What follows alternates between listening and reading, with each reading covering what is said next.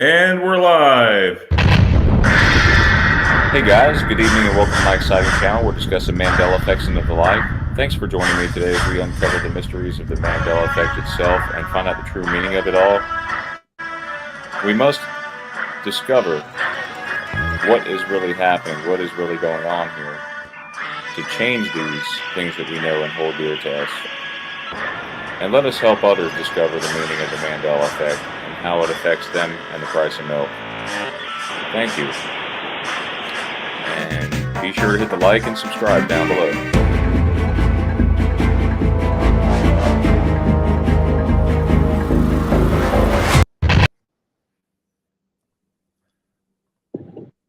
Hey guys.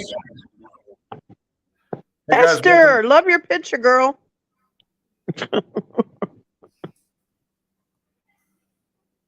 Hey Brian. Esther, welcome. Hey, we glad you guys could make it today. I know it's usually have the show on Saturdays, but sometimes it takes just a little bit extra time to prepare these slides. Sandy does an awesome job, so give her some cheers, guys. We have Ann Gaynor in the chat. Hey Ann, welcome. Hi, Ann. And welcome everyone else who is just now joining with us. We've got a great show prepared. Let's see. Do we have any birthdays this month, Teresa? Or I didn't have time to look. I'm sorry. We'll do it next time. we'll do it the next show. That's fine. Yeah, I'll get all the birthdays for you next time. Sorry. That's fine. Okay. How's everybody doing? All right? Yeah. Let me look at the comments. Sorry, I had my son somehow deleted everything off from Google, so I had to re-upload everything. Oh no! Oh my goodness! How he did that? He completely got rid of everything. I when iCloud first came out with I think it was iOS 7. Or maybe it was iOS 5. No, it was one of those. Anyway, I think it was iOS 7. I sold my phone, but I forgot to clear the iCloud off of it. So the person, I knew the person who bought my phone. He deleted all my contacts out of my phone. I had no idea. Yes. So I had to do it the old-fashioned way, wait for people to text me or whatever, and then, oh, hey, it's me. You know. Wow. Yeah, context is important when you get your phone transferred over. Always make sure your context went over. You know. Yeah, that's the only thing with cloud. You got to make sure you sign out of it before you do anything. Yep. If you want to delete them. Yep. Anyway, so this is the segment of our show where we like to present 5 of the top posts. Teresa's Mandela Reality Residue Hunter group. Yes, thank you. Yes. So you want to talk about this one? Because I'm thinking to myself, oh dear. I mean, these deer have an extra set of nostrils on their face. Could you make it a little bit bigger? Because I'm on my phone. Sorry. Sure. Where the comments are? Yeah. The part that says live is blocking out the beginning of it. I can't read it. Oh. It's blocking it out. That's just your picture. Okay, let me read it. When did deer start having deep facial holes on their face? Supposedly they are not holes, but scent glands. This deer is called what's it called? A muntjac or moonjac? Yeah, muntjac. Didn't know that a deer existed like this that had holes and scent glands on its face. Look at the face and look at the weird looking horns. Looks like teeth growing. But I do have a lot of comments on it if you want to go read the comments. You can scroll down if you want. Isn't it weird looking? Go ahead, you can read the comments. Paula is a top contributor. She says it's just weird. The video is just so odd. It's been around here for a long time. Someone else says Pat Wilson said that. Yeah. I think we've covered this before. They're weird looking. Is there a video on this link here? No, I didn't. But you can Google it if you want and see if there's any videos. Yeah, Brian. It's weird looking though, isn't it? Hi, Ann. Yeah. Hey. Esther, if you wouldn't mind, help me interact with the chat while we are presenting, because it's kind of hard to do like 2 things at once. If you could just help me with that. But I mean, I have to log into YouTube to see if So yeah, they're just weird looking. Yeah. Here's the man's excuse. Here's the, Yeah. here's the man's excuse. So What is it? if you've ever seen a muntjac or muntjac, Uh-huh. you probably noticed the holes on its face, as some people call it. Well, these aren't holes; they're just scent glands. Yeah. Mm-hmm. They use it to mark their territories. It's the only deer species with frontal glands. The Mm-hmm. only one. Pretty bizarre looking, though. What do you think, Brian? Yeah, I mean, like I said, we don't know if this is a Mandela effect. No, It's just interesting. it is. We're learning. We're learning as we go along. Yeah, it's just like the thing that surprises me all the time is that pistol shrimp. Have you heard of the pistol shrimp? We talked about this before on the show. No. It's a shrimp that fires a projectile from its claw, and it can take out basically anything in the sea if it wants to. What? Yeah, it fires it like a bullet. I will definitely have to look at this. Yeah, it's a real thing.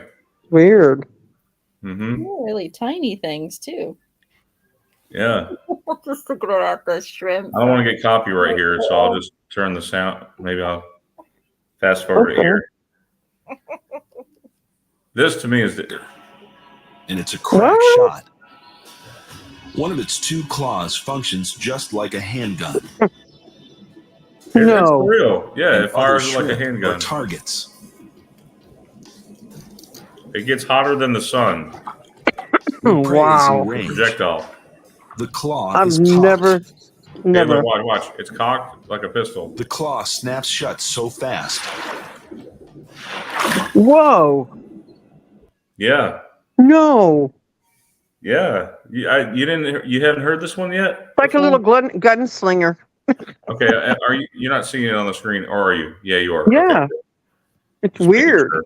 I've never heard of it, Brian. I promise. What about you? Have you ever heard of that? Esther, you ever heard that? I have not.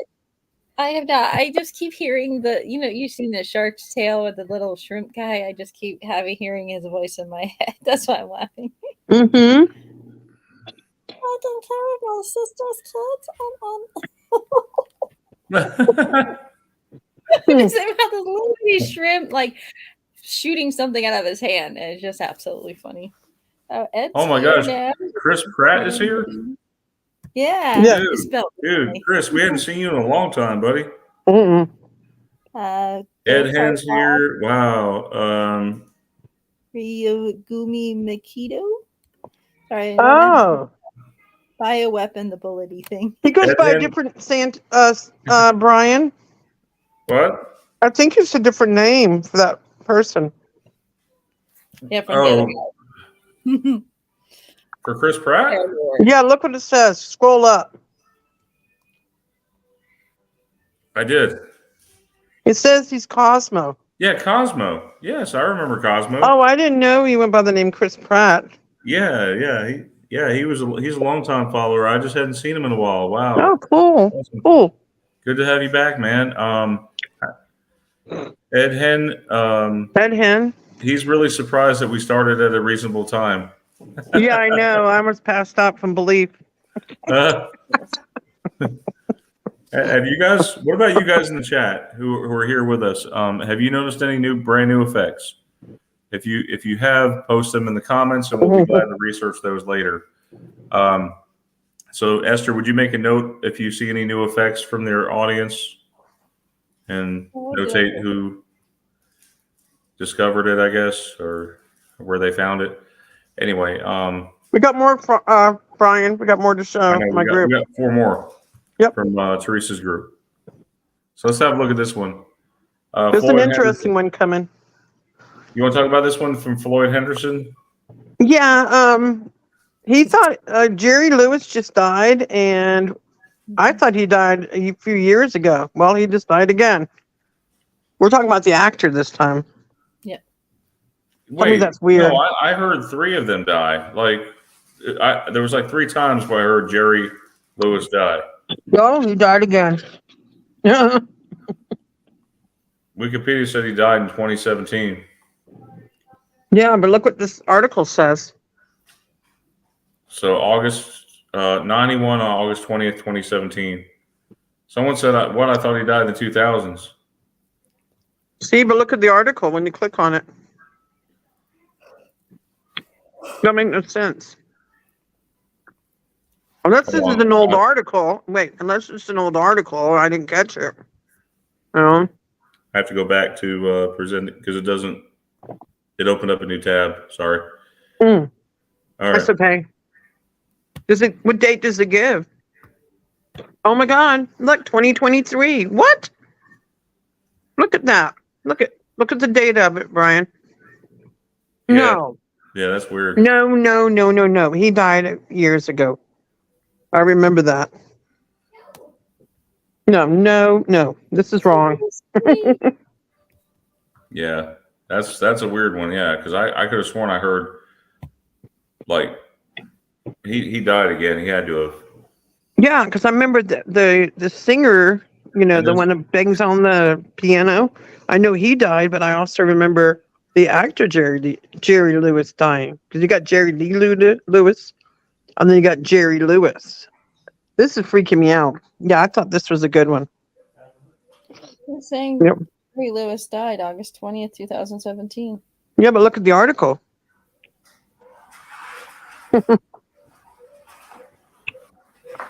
Something's wrong. I don't know. That's weird. Are you guys seeing this next one yet? No, not yet. Let me see, Brian. No, even that article is Okay. Welcome, Dean Johnson. Welcome. It was last updated March 12th, 2023, but they're saying he died August 20th, 2017 in the actual thing. So Britannica Weird. updated, but that's not when the article was written. This is a good one, Brian. Guys, check this one out. Yeah, Kimmy Brownfield. She's new. She's new to my group. She said, "My husband found a Mandela effect today. He has a complete set of William Shakespeare's works published back in 1895 by the Keystone Publishing Company. Since when did they spell the author's name Shakespeare? Yep, look at that. Shakespeare. That's weird, man. Look at that. Look at them. Well, we've seen some of the titles change. Hamlet.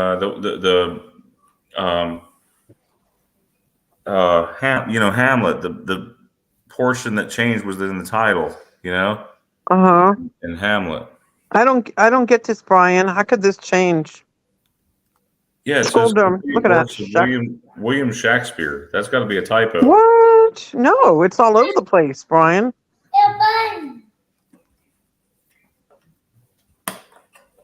Wait, what does that say, Brian? Read that. It says here, never spelled his name William Shakespeare. What? Manscuse. That's Manscuse. Yes. That's for Sandy. Sandy's the one who came up with Manscuse. Yeah. I mean, somebody give an excuse about a Mandela effect because they don't want to admit it's a Mandela effect. You're telling me he never spelled his name Shakespeare? This is a huge one, Brian. That's got to be huge. No. And so Carrie responds, "Wow, thank you." Well, Kimmy responds, "Wow, thank you, Carrie." I was like, I got to share Brian. I got to show Brian this one. This was huge. Yeah, Jeremy here says, Carrie, there's always weird explanations like this whenever an Emmy happens. Yeah, of course. Weird. So yep. He spelled it 80 different ways. What? No. Including Shakespeare. I have never heard of this before, where there's all these different ways of spelling his name. Have you, Esther? Yeah, wouldn't you be slightly mad if someone spelled your name wrong? I mean, yeah, I would be, yeah. It'd be like somebody spelling my name Teresa instead of with my H, Right. I would not be happy. Yeah. I don't know. I mean, I don't know how they were back then with spelling, but Hey, the animal. Many different names because you want to be known for your specific name back then because they didn't have it's not like nowadays. Evie, come here. It's like you want to be found and you want people to know your work. Yeah. Brian, there's another good one coming up. You're going to love it. Yeah, just Another came good across one. this one You Twitter write down post. all your stuff. So Paula, forgive me if I'm not pronouncing this right. Paula Peluyera, I don't. just came across these on a Twitter post. I've never seen these before. They were calling them monkey balls, monkey brains. They look like monkey brains. Yeah, crab apples, all sorts of names. I just never seen them before. That's what they look Have like. you? Have you guys seen that before? Me neither. No. I didn't until it was in the page. Hi, Ed. Those are Indeed. weird looking. And animal. Shakespeare. What do you think, Brian? I don't know. I'm thinking it's one of those MEs that, yeah, it's got to be an ME. I just want to know what the thing is. Like, what kind of thing is it? Is it a fruit? Is it, I don't know. like, I asked, like, what it was, and they're like, Probably looking, yeah. It does kind of look like What was in the comments about this? Did you look at the comments, Brian?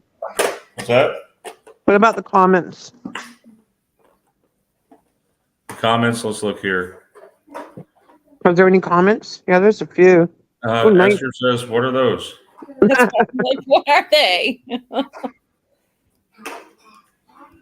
They gave me the name of them, but that doesn't tell me what they are. Yeah, exactly. It would help to know what they were called. Yeah. It's like, no, I mean, like, what are they? Are they like an apple? Are they? I have no idea, sir. I wish I could tell you. I got to do more research. Guy. It's like, I don't know what it is. Me neither.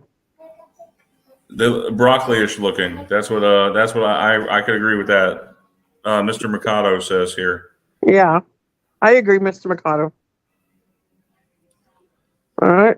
Mm-hmm. What's the next one, Brian? And hang on, Ann says here, she says the whole sketchy Mr. T commercial is making fun of me.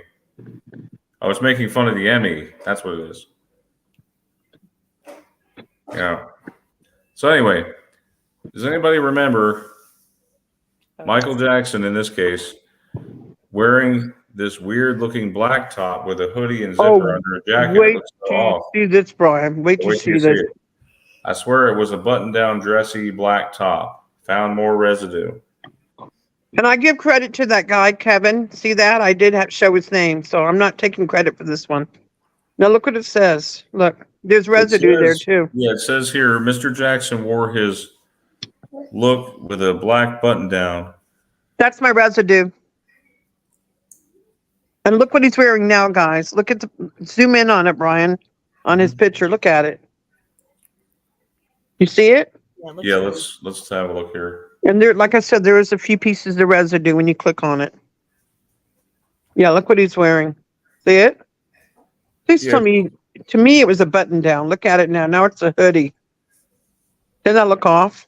Yeah, it looks weird. Thing, like, I don't know, some sort of like a. Show the residue, Brian. There you go. Look. You wear out of the, like, to bed. Yeah. Just zip up, which wouldn't make any sense for you to wear a zipper to bed. Yeah. Somewhat like a silky, like. So there's some residue right there. Yeah, sit down. There wasn't much That's residue. right there. Long t-shirt as well, or like a nice dress shirt underneath. Yeah. You guys agree on that one? What's Rosita Mhm. Faye? Bye. Ellen. Well, to food. Brian, you gonna do are we almost done with my group post? Do you want to do a shout out? Or Esther? Oh, I've been doing shout outs. Oh, okay. Sandy said 10 more minutes. I'm Okay. thinking about 10 more minutes. I'm going to have to go. Oh, I've got about 15 more minutes. Well, I said I'd stay up till 10 because I have to be up at 5 something in the morning. okay. I'm Sandy not says, really here. yeah. What do you mean go slower? Do I have any more links, Brian, or do you want to go look into my group and see if you can find more? Yes, Dean Johnson. We've done the hit by. That sounds weird and Smooth Criminal. Ed Hidden said she's an East Coast too. Yes. I'm a West Coast. It's only 6:45 for me, which I like it when it's 9:45. early. Well, it's 9:45 right now for me. Yeah. Wow. Yeah. Well, I'm trying to come up with a good question of the day. Give me one Ooh. second here. I know what you can show, Brian. What? I know what you can show. What? We got a hit last night in the country, all over the United States with those aurora, how do you say them, aurora borealis? They've been all over the place. We got them in Nevada here, North Nevada.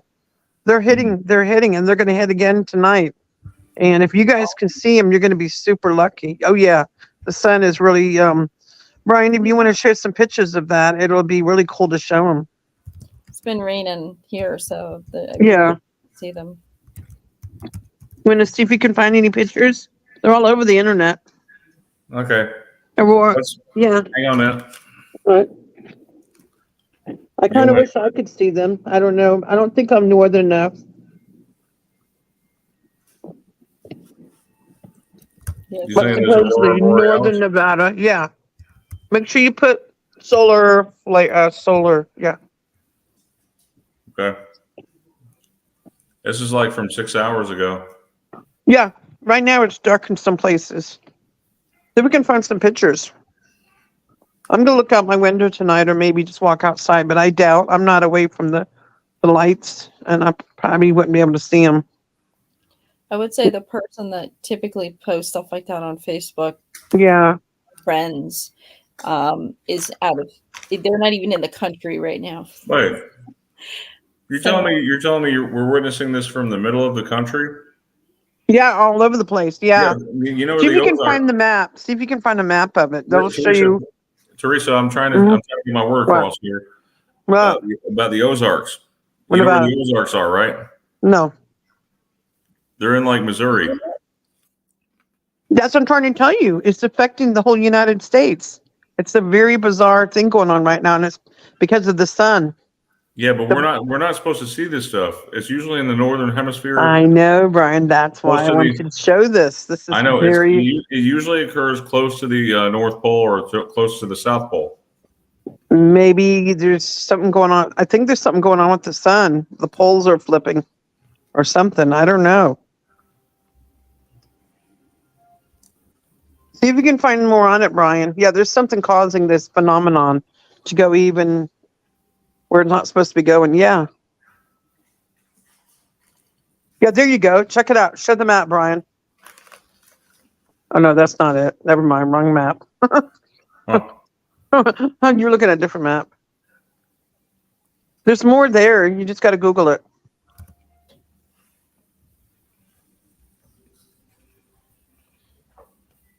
They say it was visible in like 30 states. There you go. United States. Now, is there a map there? There should be a map. Wow. Do you know they'd be seen in not just Ozark, but Arkansas? Yeah, that's what I'm telling you guys. This is very, very, very bizarre and rare. I'm asking my sister if she's going to be able to see them tonight because I'm like, at least her and all of her kids would love to see that. Brian, try to Google map and see if it shows the map of where it's supposed to be. A royal, you know what I'm saying? With the word map. Mm-hmm. See if it shows the map of it. Are you okay? Oh, just read Annie's comment. I was holding a bus at the Eros at a Goodwill in 2012, and a Michael Jackson song came on, and I didn't know the lyrics. There you go. Hold on, sorry. The thing. What? And I got so creeped out hearing Annie. Are you okay? Are you okay, Annie? Annie, are you okay? That would be scary if you didn't know the song. Did you find it, Brian? Spring that. Yeah, I'm getting a ringing in my ears right now. Uh-oh. Does that happen to you guys throughout the day? I mean, we talked about this in the Mandela effect. A lot of us Not today. notice it. Here and there. It's not as often as it used to be. It's actually getting better.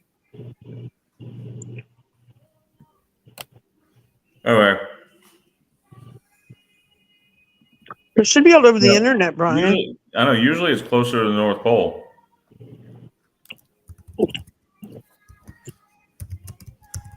You could put the word locations.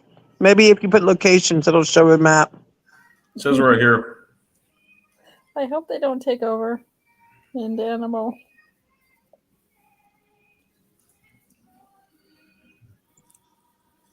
It's typically visible located north of the 60 degrees latitude, is what ChatGPT says. Whoa. So basically, Florida, Texas, California. Yeah. People that never Like see it are that. getting to see it now. Very, very strange. It's in Minnesota.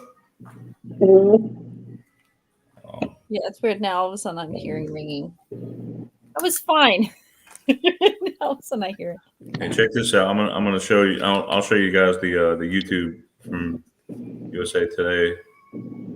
Hopefully I don't get flagged here. Okay. Look at that. And don't they make music? If you listen to them, they make music. Yeah. Isn't that beautiful? Look at that, colors. Wow. I would love to see it. I want to turn down the music. Make it look Let me turn off the music. Yeah. That's in Minnesota. What do you guys think of that? That's wow. Otherworldly, Brian. Otherworldly. Is that the right word? Wow. You don't see any where you're at, Brian? And now where you're at, you don't see any of that tonight? No, not here in Alabama. What about you guys? Well, let's ask the chat and see if anybody else has seen any. Are you seeing it, Esther? Are you seeing that stuff? It's naked. Well, it was raining earlier, so I don't think we're going to.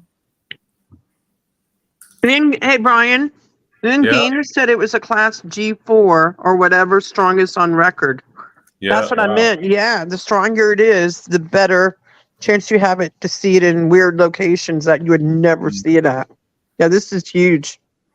Thank I you, have a Ann, for question. that bit of information. Thank you. Yes, thank you. I have the question of the day for you guys out there. So, can you guys think of a vivid memory that you have that may be different from what is widely accepted? And what is your strongest one? How do you explain the discrepancy, though, like with your memory and the commonly accepted version of events?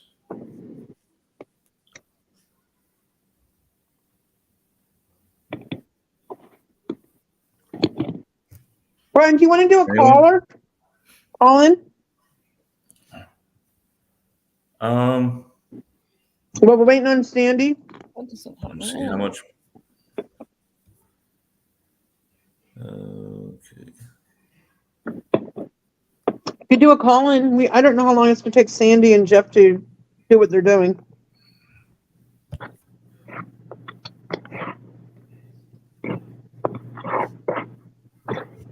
Okay. Are you able to do it on your phone? Or, on your computer? Yeah, I can do it. Would anyone like to call in tonight? Yeah, why not? Somebody will call in. Sandy, and just to let you guys know, Sandy and Jeff, Sandy's trying to get the Flickr uploaded so that you guys can see all the new Mandela effects. There's a lot of good ones too, right, Brian? Yep. And I have a few there too. I don't know what happened, but I just started getting hit with Mandela effects. It's been a while since I found some good ones, but just happened for me. Yeah. Yeah. Okay. Brian, you going to give out the phone number? Yeah, I had to plug up my laptop real quick. Yeah.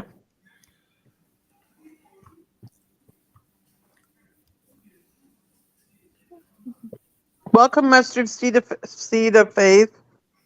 Not really here. Welcome. We got a lot of people here, Brian. How many people in the chat? I can't see it because I'm on the phone. I can't at the moment. Yeah. I can't look up some stuff. Oh, cool. And whatever we don't get finished with tonight, we have to carry it over to Yeah. the Saturday. That's fine. We'll do the Saturday show if we can't finish all the folders Yeah. tonight. Well, we do have a lot of good stuff. We don't want to keep you guys awake too late. It is like a school and a work night, so we're trying to keep it within reason. Yeah. Did Sandy say how long? 10 minutes, a few minutes, 10 minutes ago? Okay. Okay. 20 are watching. Okay. Just keep an eye Well, out on the Yep, backstage, the phone Brian. number, guys. The phone number is in the chat. I just posted it. Okay. What is it? Let me see. It's there in the chat. Oh, the phone number is, if you want to call in, anybody, we'd love to hear from you.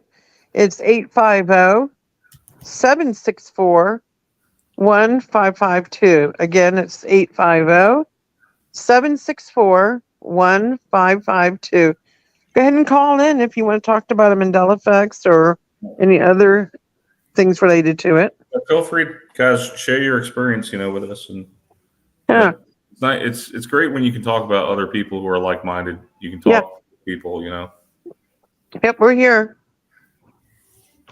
Bob Gokart says, CSN, I used to be a king.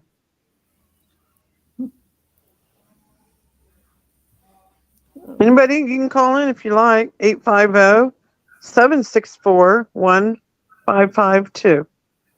Is that a free call, Brian? Yes. Okay. Anybody? 23 people now. I haven't even looked. Somebody call in. So, Hey, Brian, should I do the do do do do do do do No. do do do do do? I think I used to do that, didn't I? Yeah, you got me doing it. The Jeopardy song. ooh. Sorry. Ed Oh, man, Hen I haven't says seen- 23 people now. I hadn't seen Jeopardy in so long. Me too. I got all weird new people now. Hey, we are getting a call from somebody. Oh, awesome. Hello, caller. Welcome. You're on the air. Hi, yeah, this is LJ. Oh, hi, LJ. I love her. She's awesome. Can you speak? Yeah, I don't really have any new Mandelas, except maybe another store moved up, but I'm not sure. Okay. It's a little coffee shop, donut place. It's in a little plaza called Mr. Mike's Plaza. Well, it's known as Mr. Mike's Plaza. I don't know if that's the official name, but I remember it being as you face the plaza down on the right, and now it's on the left. But I didn't go to that plaza enough to be sure if it moved or it could be mismemory. I'm not sure.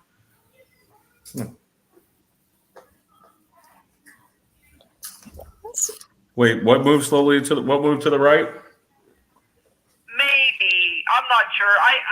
I could be wrong. It could be mismemory. It's a store in a plaza. I told you that Dollar General moved in light of Rainbow Plaza. Maybe. This is another plaza it's in the Irwin area, and it's Mr. Mike's Plaza because that's the name of a pizza place. And there's a little donut coffee shop in there, and I remember it being on the right-hand side down near an insurance office, but now it's on the left end of the plaza. So it may have moved, or it may just be I didn't go to that plaza enough, and it's a mismemory. I'm not sure.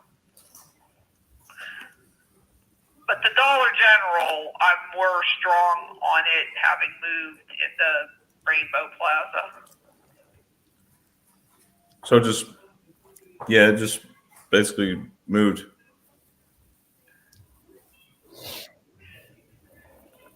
So what have you noticed lately? Anything new with the changes?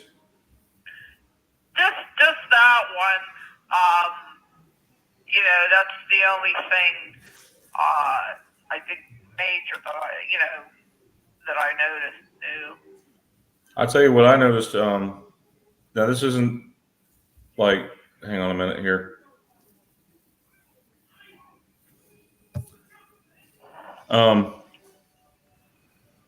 Yeah, one thing that I noticed is that the AI. It's like the AI keeps getting more and more advanced.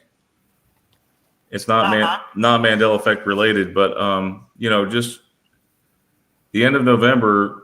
That's when ChatGPT launched with GPT-3.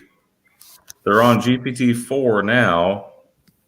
And there's this new thing called Auto GPT, which fully automates it. It basically, you could perform a Google search as one task, and then it will compare the top 5 brands of shoes for you, for instance, and then it will list them in price for you. It'll put them into a spreadsheet. It'll do all this stuff for you, automated. You can even do it with Siri now. It's crazy. But yeah, it's amazing how advanced the AI is getting. I did notice something now that you mentioned that. It's if you're doing a live chat and you say something sarcastic, it gives you that emoji where the eyes are looking up. So like it understands that you're making a sarcastic comment. So that takes intelligence. So that's not a simple, thing to be able to understand, because like I go on some channels and like, you make a dry humor comment, so it sounds like a serious thing. So they have to know you're joking to get it, right? And that thing is intelligent enough to know that that's a joke and put that emoji. And so like it's really thinking about what you're saying to be able to give you that emoji.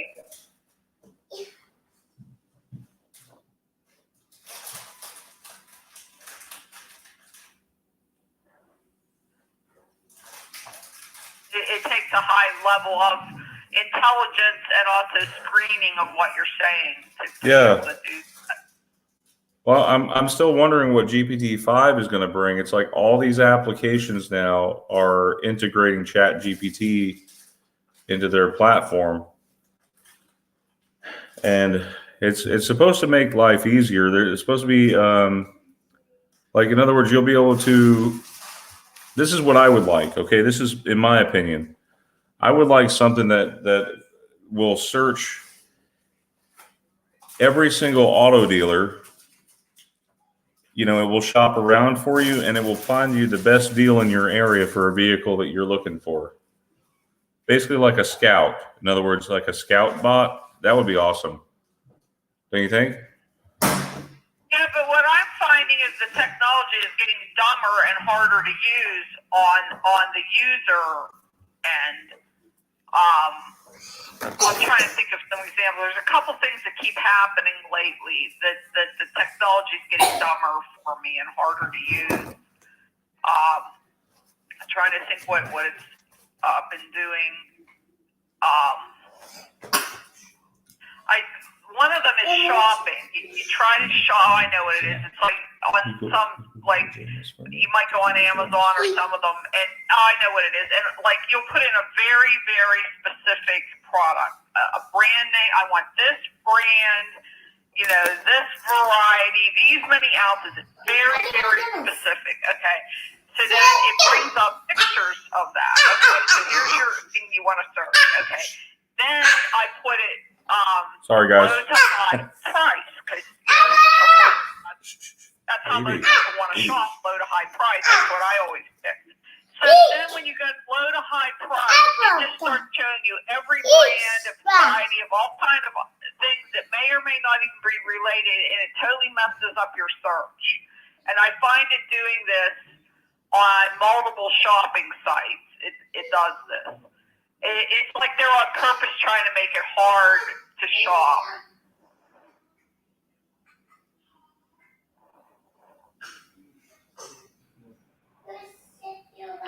I think he walked away to calm her down. A variety of collagens that I was trying to buy, and at first it showed all that brand and all that variety, and then when I tried to go to low to high price, it put all kind of other brands of collagen.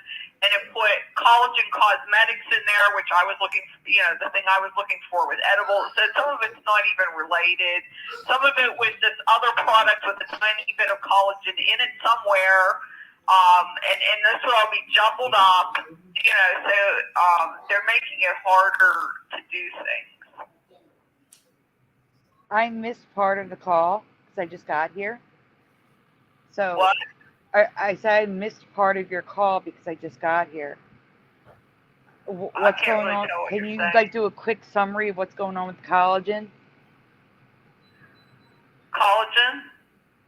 Yeah, you were talking about the I'm collagen. talking about. I'm just using that as an example of something I was shopping for. I use a 5-type of collagen by BioTrust.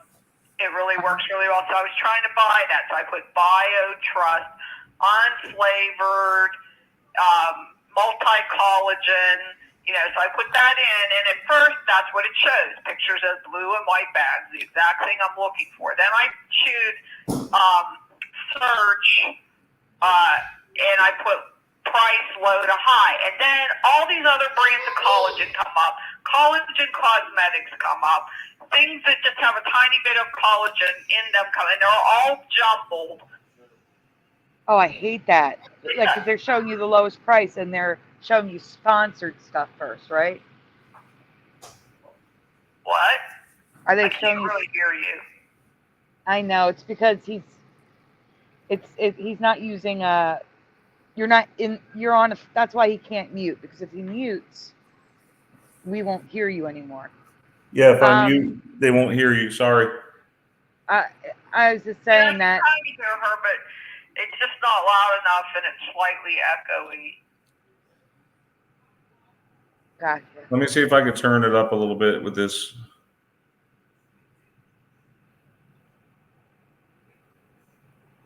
How about now, Sandy? Try to say something. Oh, if you turn me up, it's gonna echo for everyone. You can't. There's a bug with StreamYard. You can't change my. You can't change my volume. It's because she's on a call, Brian. Better. Okay, she said that's better. I turned everybody's volume up a little bit on that tab. Oh, okay. Are we ready to get started? We are ready to get started, and we have a huge show. Thank you, LJ, for calling in. I hope you stay tuned, and we'll definitely continue where we left off with that. Okay. Okay. Hope you have a good evening. Good night, LJ. Yeah, good night, LJ. Bye. Oh. Hi, Jeff. Hi. Hi, Sandy. Hi. Hi, Jeff. Hi, Teresa. Hi. Hi, Esther. I waved at you earlier. I saw. Hi, Jeff. Evie. Hi. Hi, Evie.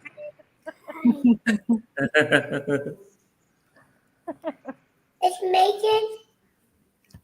It's Megan. Where's Megan? That's not Megan. That's Sandy. What's Megan? That's Jeff. It's Megan. That's Teresa, and that's Esther. Well, you're Megan now, Sandy. Megan's not here. You want to watch? Hi, this? Evie. Can Evie say hi to me?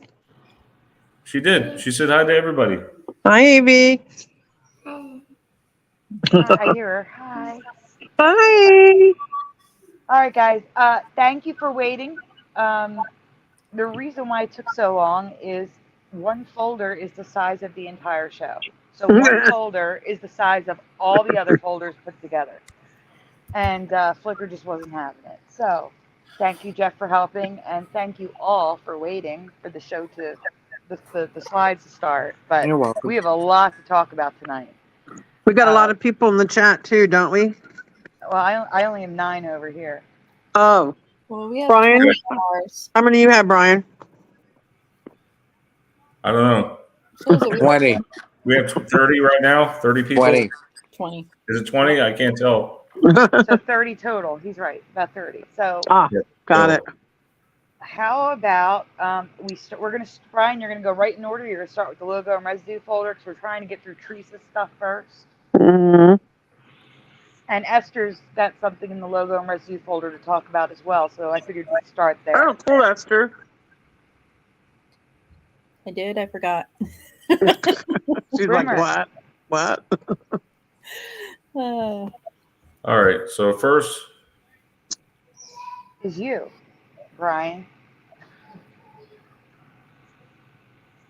Oh, Brian's Mandela effect. Yeah, the Photoshop I did for him. Ah, gotcha. He's got Brian, a I few think things you're in up. his folder Brian, too. I know, I think I'm trying to you're figure up. out which one. All right. 15, 15, 15. Okay, this. 24. Yeah, I see it. You're starting at 24 logos and residue and working your way up. Okay, this one for me has changed. Yeah. We'll have to see what you guys think. All right, so which one of these logos is correct? The top or the bottom, guys? His last name? Look at the. Pay attention very carefully to the logo. Oh, I think you meant the spelling. No, Daughtry. the logo. No, look at the logo. It wasn't filled in, if that's what you mean. Brian, it wasn't filled in, the A.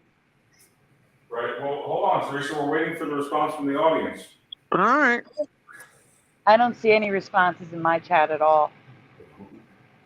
I don't see anything either. I still don't know who this person is. Chris Daughtry. Yeah, if I've heard any of his music, I don't know who he is. I gotcha. I think he was on. I don't watch American Idol. Was he an American Idol contestant? Winner? No idea. He didn't win. He finished like 7th or 8th or something like that. That's crazy. Yeah, and he was better than all of them put together. I wonder if like Justin Guarini feels like shorted because now like 7th or 8th place gets record deals and stuff, and he just disappeared into the sunset. Right?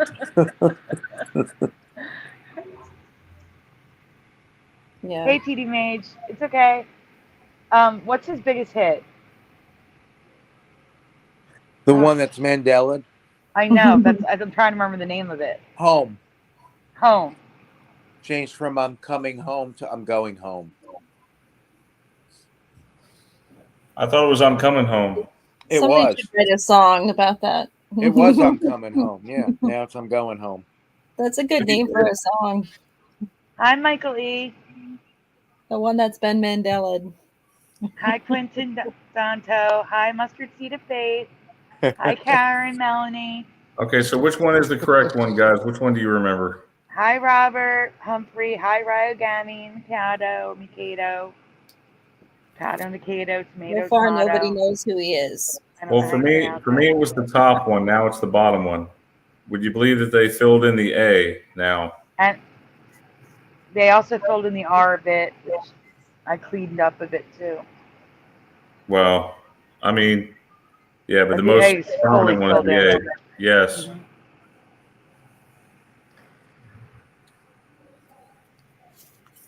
So, okay, on the top, this has probably been discussed before, but I wanted to show everyone that Mickey Mouse's signature has 3 6s in it, and when it's flipped, it says Wicked. Just want to point that out.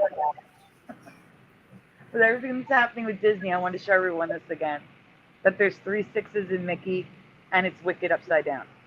Now, here's my question for the chat. Do you guys remember this Batman logo? It was in the original series, and I don't ever remember seeing that logo ever. I remember seeing a bat like that. I don't remember a 9-point bat logo. No one even answered, Brian. Just kept going. I need someone to look at Brian's tab because I can't see that stuff. So we showed this before, but I needed to put it into the slides. Credit Ed Hen. This is how many people remember the Nazi logo. It's now tilted a little. I'd say like maybe like 25 degrees to the right, like clockwise. At the top, we have we've talked about the Warner logo before, but I highlighted it. The W-A is one letter. The A is broken. The R is broken. The W-A-R is all merged. And also, but the reason why I'm showing this is because I don't remember the Rocky Horror Picture Show, which I just remember as Rocky Horror Picture Show. I don't remember a the, and I don't remember a tagline, a different set of jaws. Does anyone remember that there on the DVD?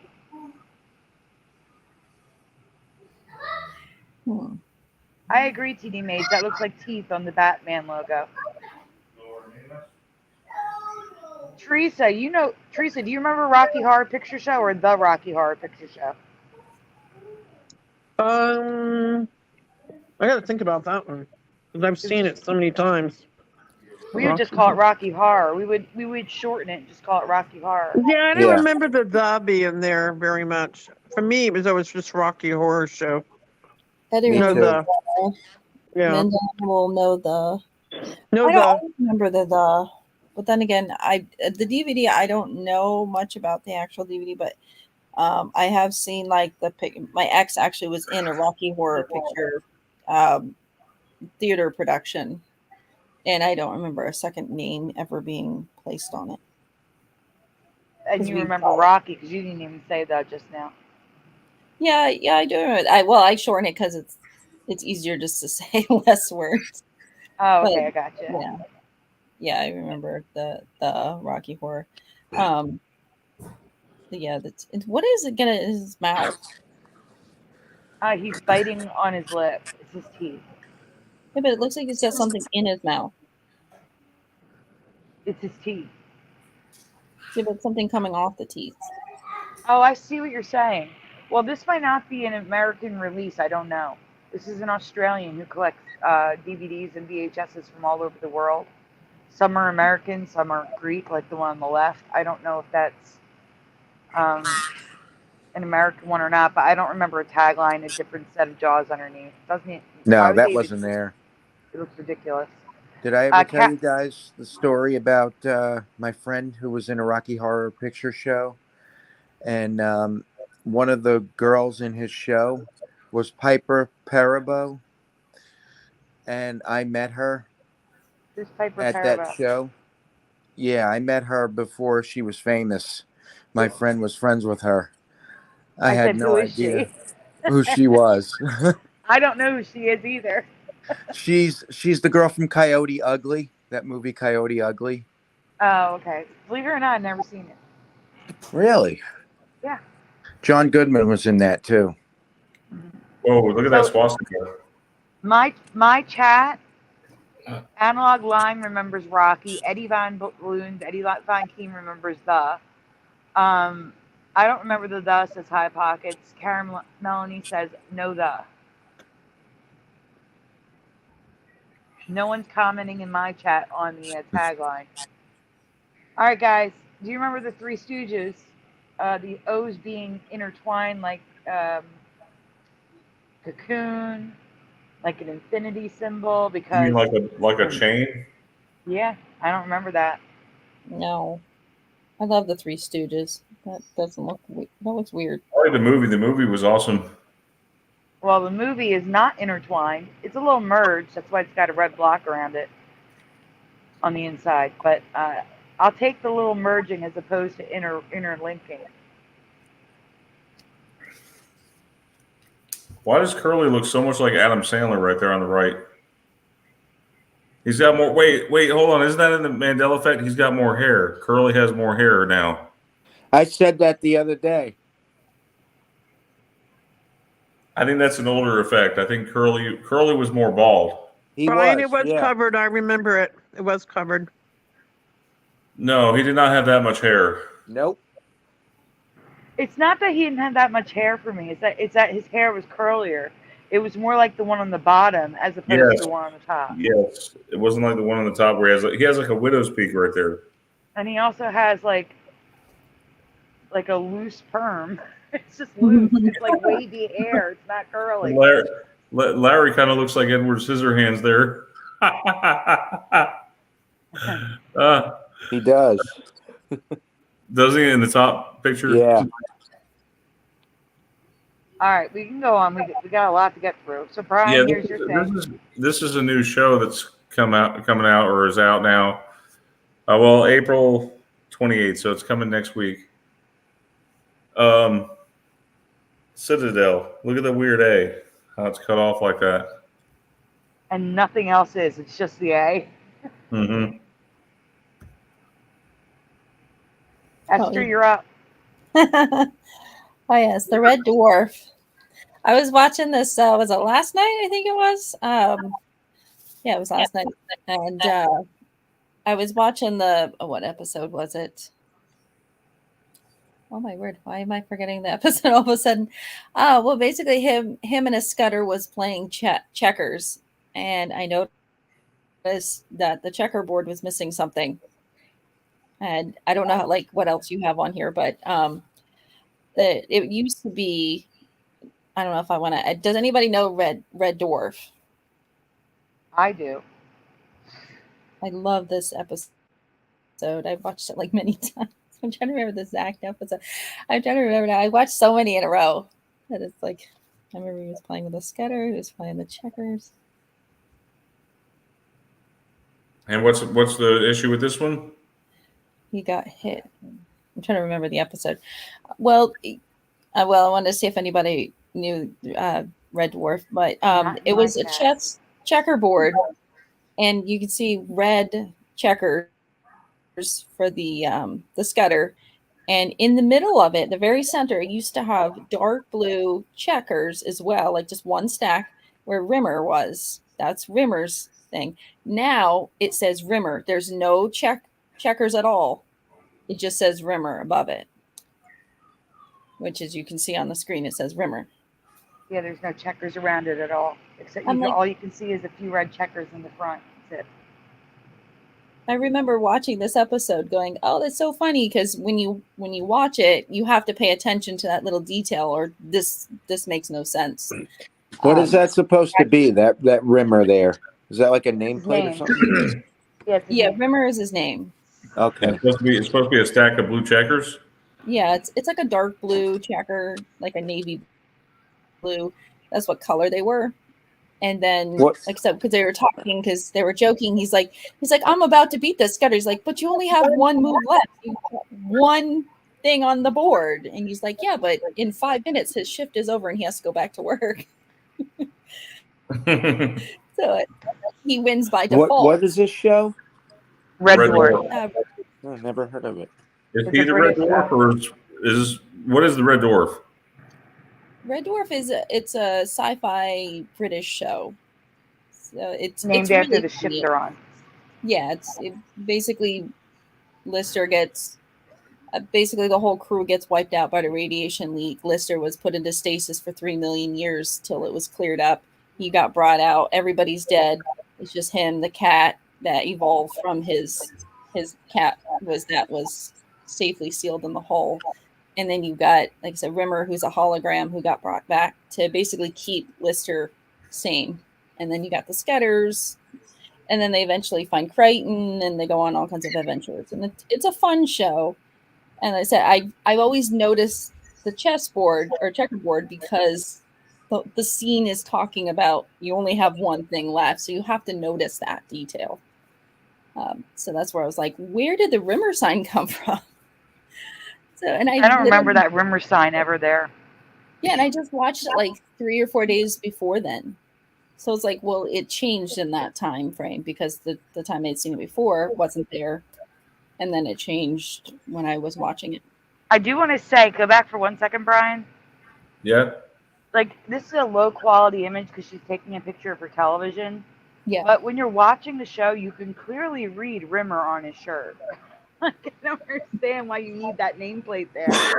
His name is right there. That thing on his chest says Rimmer. Yeah, it doesn't make any sense either to have like a floating thing above it to say Rimmer. I mean, unless they were trying to really hammer home like the joke of this is the only thing left. But it's like, is every single one of his chess pieces were supposed to be Rimmer? It doesn't, or checkers. That's what I'm saying. Do you remember a chess set? Because you keep saying chess. Yeah. No, it's just I'm used to most people play chess. Like in the show, that's what they play is chess. The computers play chess against each other. So it's not very often you see checkers come out. One thing I know is with a name like Rimmer, I wouldn't want to know him. Yeah. Oh yeah, he is a pompous. Yeah. And in the picture, for some reason, yes, Rimmer's hair does look red. He actually doesn't have. He actually has brown hair. I was going to ask you Oh, that. okay, I was going to ask you that because I thought he was the Red Dwarf. No, his hair. I just noticed that in the chat. It was like, oh no, he did have just like regular. It depended on the length. Will depend on the waviness of his hair, but usually they kept it pretty short. Oh, I just want to ask a question. TD Mage, are you in the United States? Because TD Mage says, no but my Rocky Horror DVD does not have the tagline. I'm trying to figure out if this VHS or DVD has, if it's a United States one or not.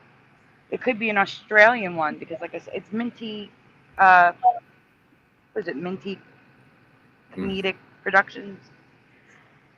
Anyway, so now we're at Residue. Teresa, you are up with me.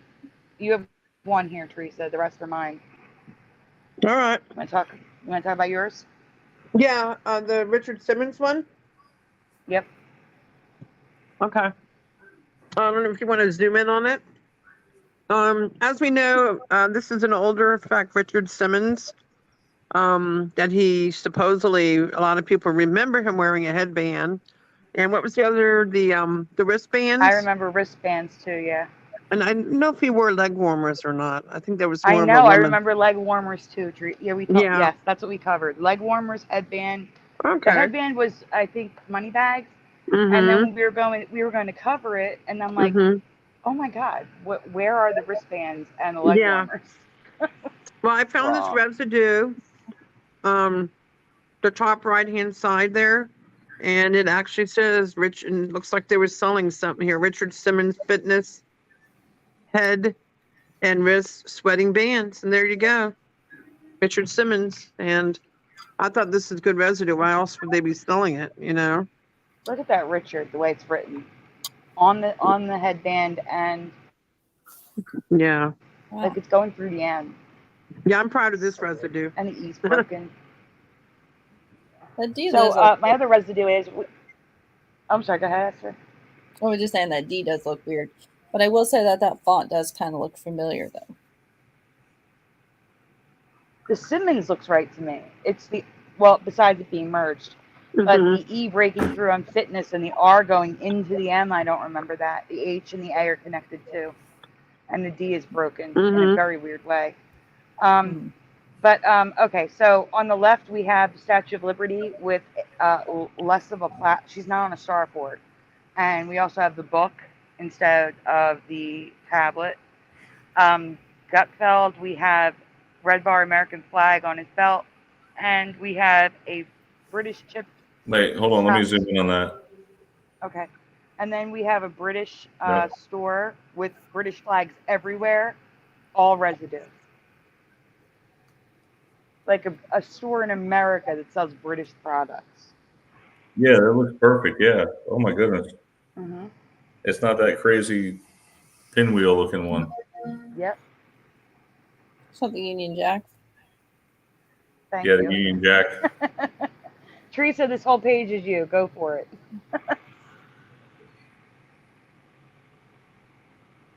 I think she's on mute. Teresa. Yeah. Oh, that's all me. Oops. Yeah, it's all you. You have a lot in here. Yeah. Top left, Titanic. As we know, the Titanic now, they are now yellow. And a lot of people, including myself, remember them being red. Well, you're talking about the smokestacks, right? Smokestacks. I couldn't think what they were called. My brain. You were talking about the Statue of Liberty for a second. Oh, so if you look on the top left-hand corner, it looks like one of their posters. And look at the color of the smokestacks. Now, here's another question: were there 3 smokestacks, or were there 4?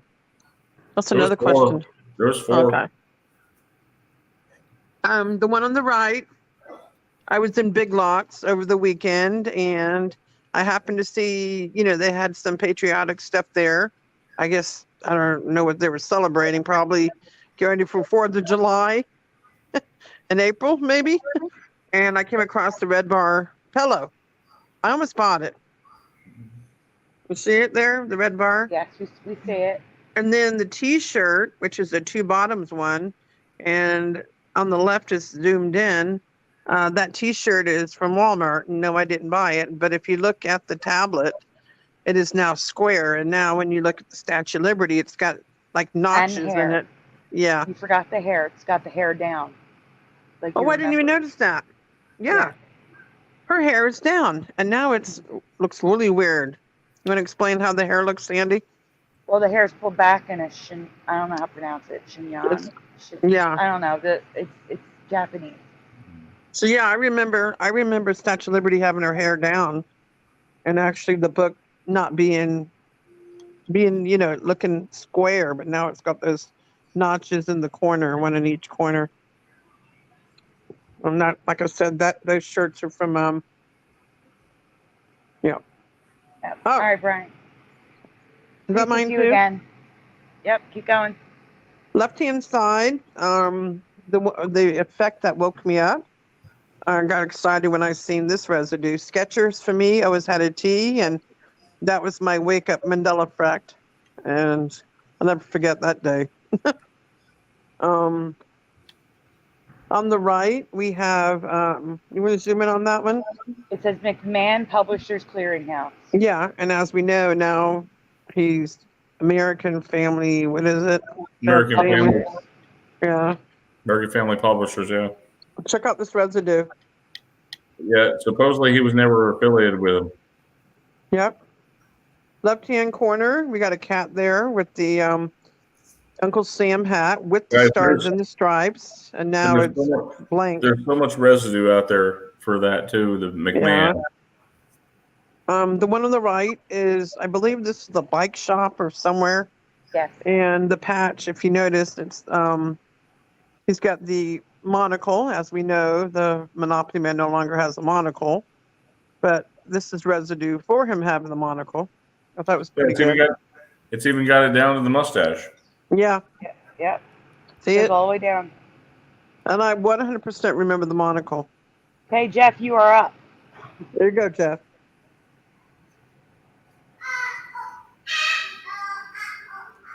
Okay, so this is residue I found on. Can I name the channel? Yeah. On Dave's archives, he shows old commercials from like back in the day, a lot of 80s and 90s stuff, some 70s. So, so this was one of the commercials, and I noticed the old Earth residue here, as you can see. But then in it the becomes commercial. New Earth. It switches in the middle of the commercial. It goes from New Earth to Old Earth. Yep. Yeah.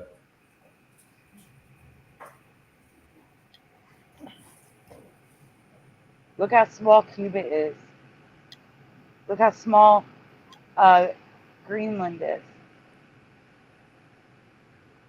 But then Alaska is like, it stole half of Canada and moved it over to the left. It's gigantic. Yep. It's even got the North Yeah. Pole. I always thought North America looked like a giant dragon. Doesn't North America look like a giant dragon to you?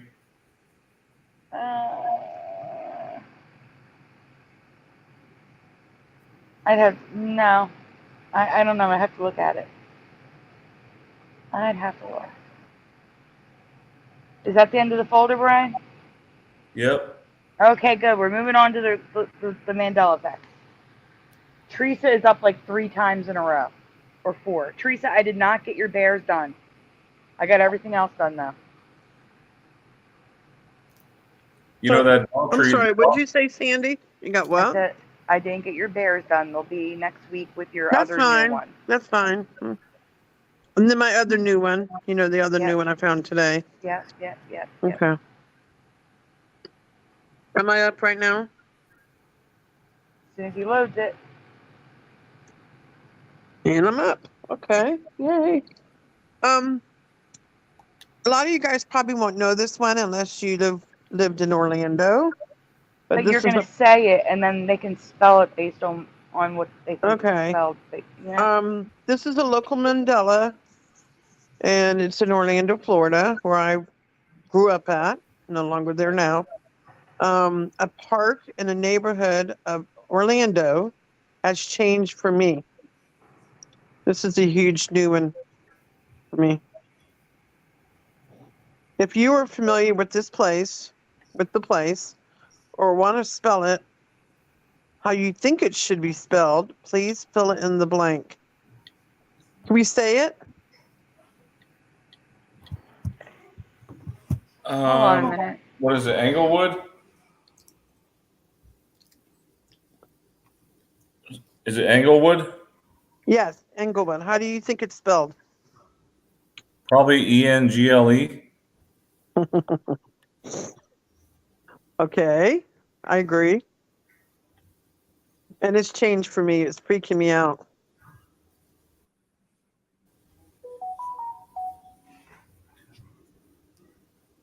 Okay, go ahead. Next one. Go ahead, Brian. Brian, Yes. go ahead. Next one. Please. I grew up in this area of Florida and clearly remember the park being called Englewood, Englewood, but it's always been Engelwood. Yeah, weird. Even spell check got it wrong. You see it at the top? Yeah, It's check it got out. the red dots. Yeah. Okay. I grew up in this area of Florida and clearly remember the park being called Englewood. And here is the way it is now. If you look in red, that means the current timeline. Look at the way it's spelled, guys. And like I said, I lived in Florida my whole life, pretty much. And here's some residue. Nice residue, right? Plenty of it. Okay, Engle. Go ahead.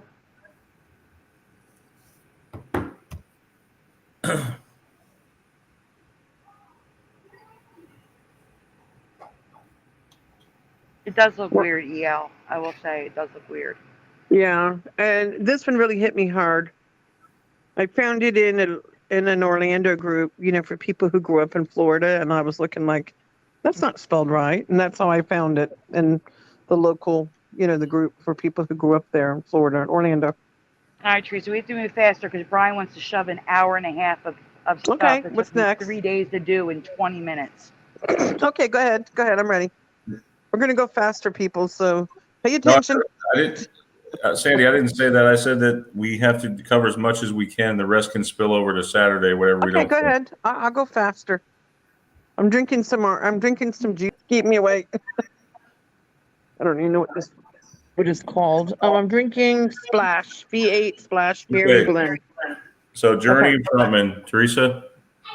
Okay, Journey frontman Steve Perry had a hit in the 1984 about his girlfriend. Her name has changed for me. Please spell his then girl's name. Oh, Sherry. You guys remember this song from the 80s? How do you remember Sherry being spelled? Yeah, we're pausing just for a moment here while you guys answer. Yep, we're going to go look in the comments. Analog Lime's funny.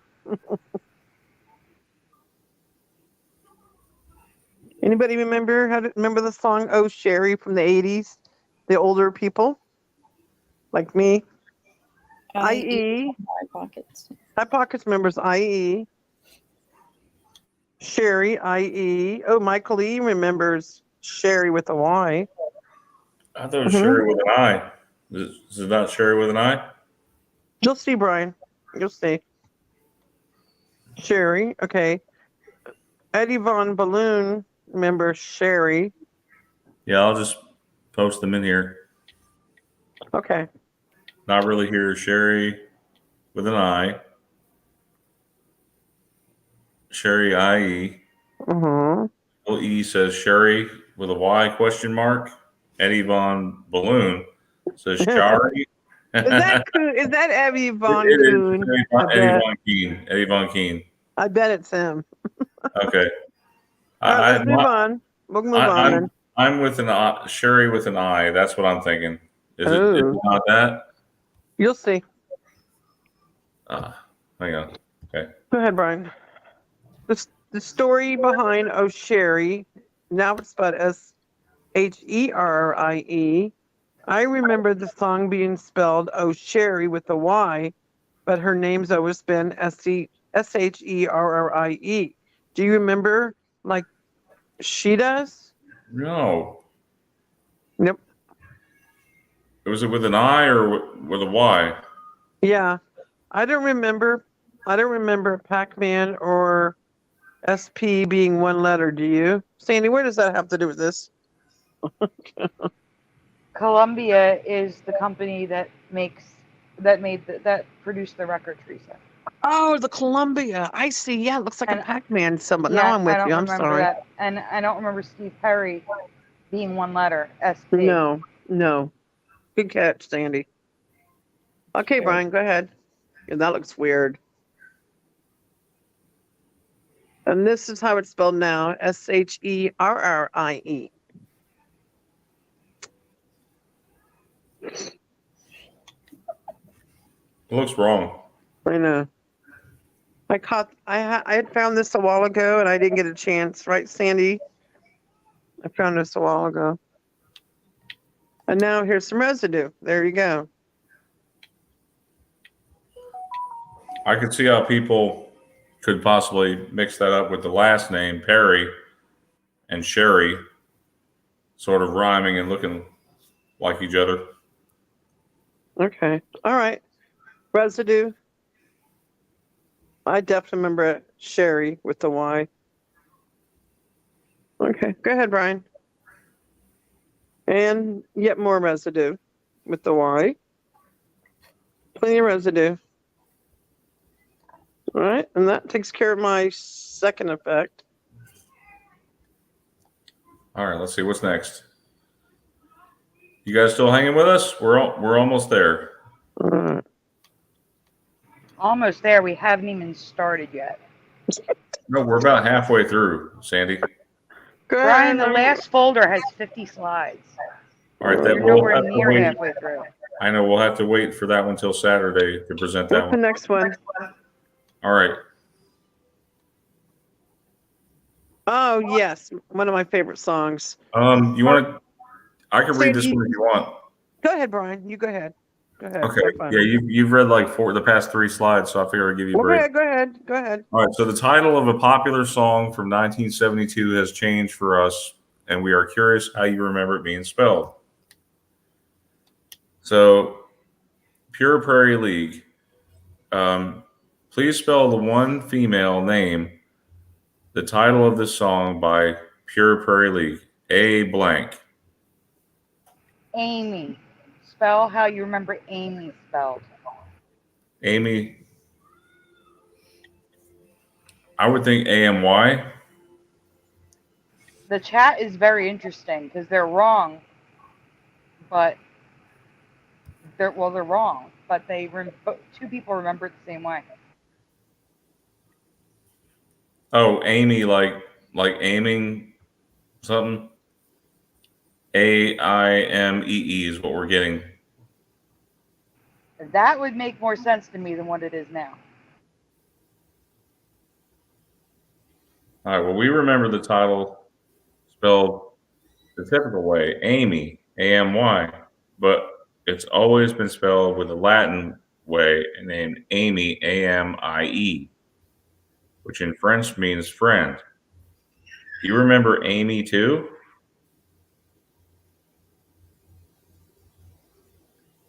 Also, the majority of their logos, especially the older ones, are all merged now. Look at that. The E and the A, the P and the U, and the P and the R. A lot of it's merged now. Right. Just all that's basically all the letters. If you can just look at it, almost all of them are merged right now. Okay.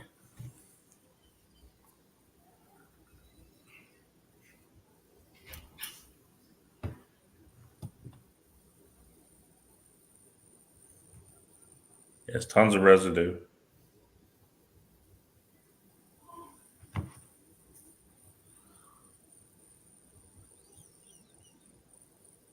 That's in the wrong spot. Keep going. Brian, Yeah. that's in the wrong spot. Keep going. Oh, okay.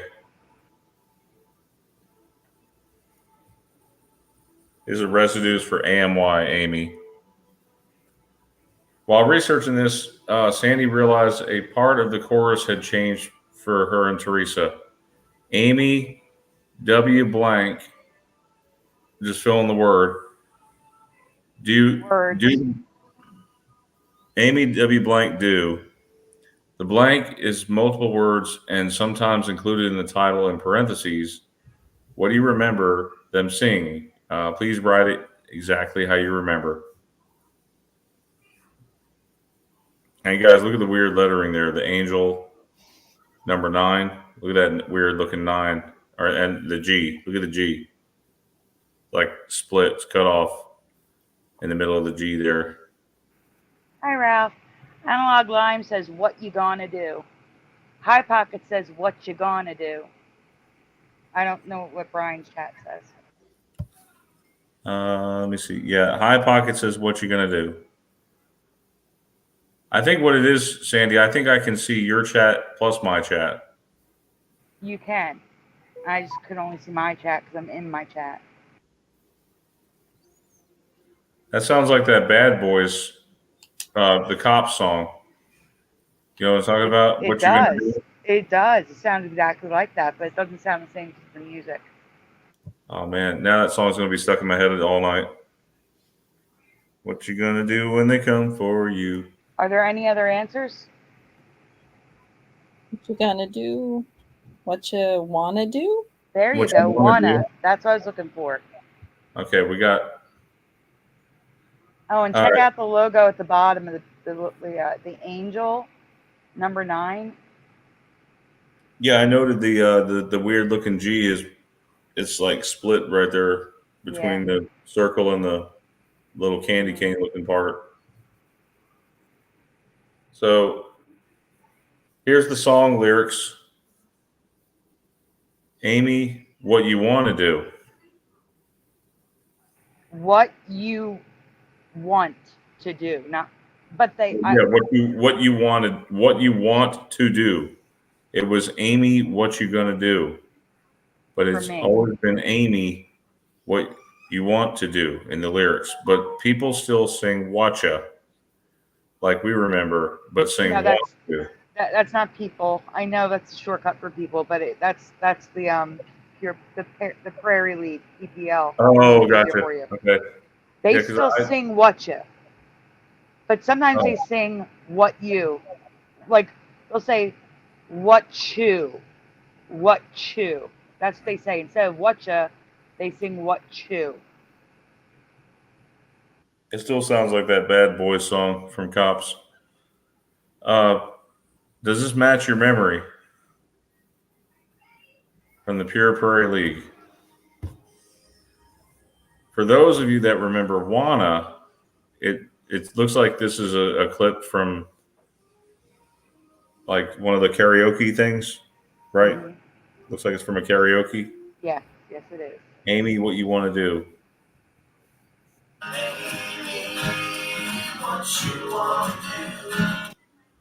For those of you that remember Wanna, there's Wanna right there.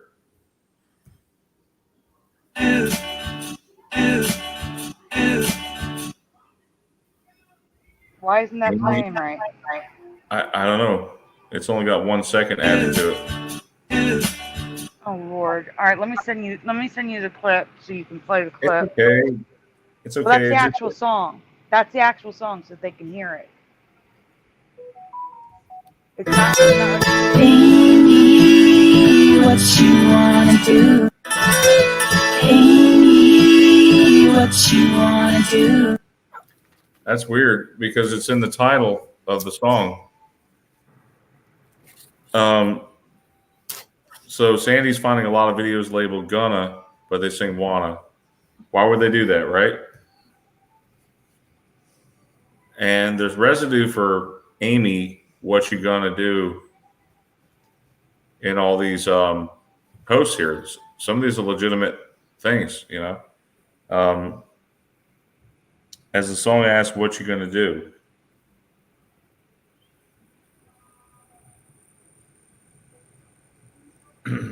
It's just a slight change, but it alters the meaning of the song. Does it not? Yeah. But Brian, they kind of need to hear that one because that one is literally them singing it. Okay, are you gonna send it to me? Yeah, I'm scrolling up to get it. It's out of order now because I had to pull it out of my trash can. Are you able to reorder it and stick it back in here? Yeah. See, my clip is longer than that. I'm gonna send it to you. How are you gonna send it? I'm gonna have to send it to Messenger. Okay. Yeah, I just sent a picture to Messenger. I'm kind of like, what? Oh, there's an echo. Yes, there is. I'm gonna send it directly to you, Brian. Why is there why am I hearing myself? Who's got me on speaker? I have no I idea. don't know. Teresa, are you on mute? Someone's playing the show. Yes, I'm on mute, guys. It ain't me. I'm playing the show on my phone, but it's all the way down, so you can't hear it. What you wanna do? Amy, what you wanna do? So it's Amy, what you want to do. We got the T in there.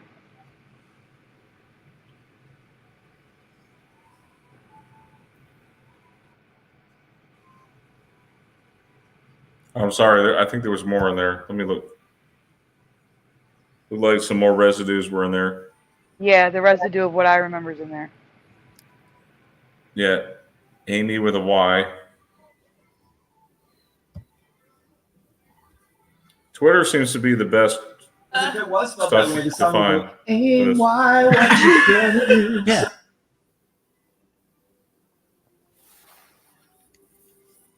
Was spelled that way, the song will go, "Aim, why, what you gonna do?" Yeah. If it was spelled that way, the song will go, "Aim, why, what you gonna do?" Yeah. Did you say what you want or So what you want? he's saying they're making fun of the fact that people remember it with a Y. Guys, why am I hearing the show? This is driving me crazy. Esther, are you playing in the background? Anybody? I have it on my phone, but it's all the way down to the very, like, you can't hear it. Like, nothing. But I'm muting Like, to see if it's an issue. It's echoing like it's playing in somewhere else in your house, Brian. Anyway, he says if it were a Y, it'd be aim Y, what you gonna do? That's what he sings. Aim Y, what you gonna do? But the next residue is better. It's clear.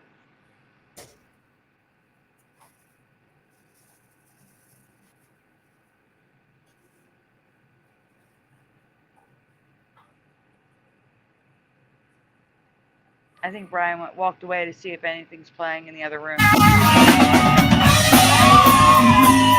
What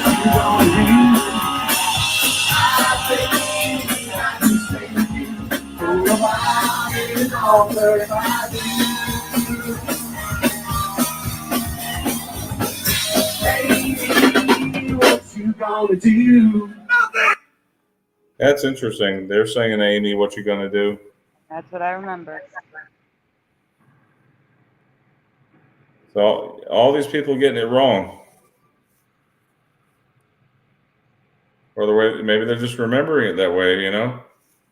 All right, just to be clear, because Philo just joined the chat, it's AMIE now, not AIMEE. And Teresa remembers AMY, and so does Jeff. And I can see AIMMEE, but not AMIE. I've never seen Amy spelled like that. It's. I would pronounce it a me. I wouldn't even pronounce it Amy. It'd be a me.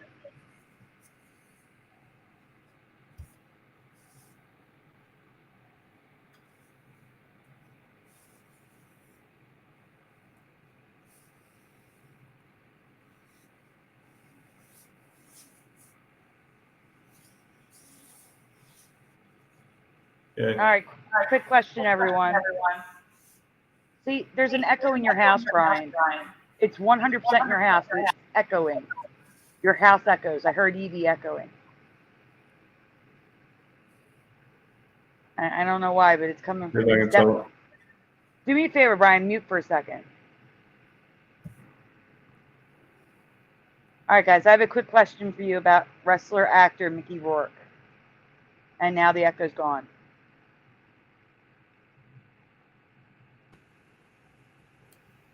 So it's definitely coming from Brian's house. Yeah, I've had on mute for a little bit. Yeah. Well, it was just me and Brian that weren't muted, and the echo was horrible. And I could hear it echoing through his house. That was the thing. Brian, can you go to the next slide? So I can. All right. So, guys, don't look this up. I want to know your memory, not Google. In your timeline reality, is Mickey Rourke dead or alive? And feel free to chime in, Jeff, Teresa, Esther, Brian. I Who's want to that? say he is, but I'm not 100. I thought he died a few years ago. That's what I thought.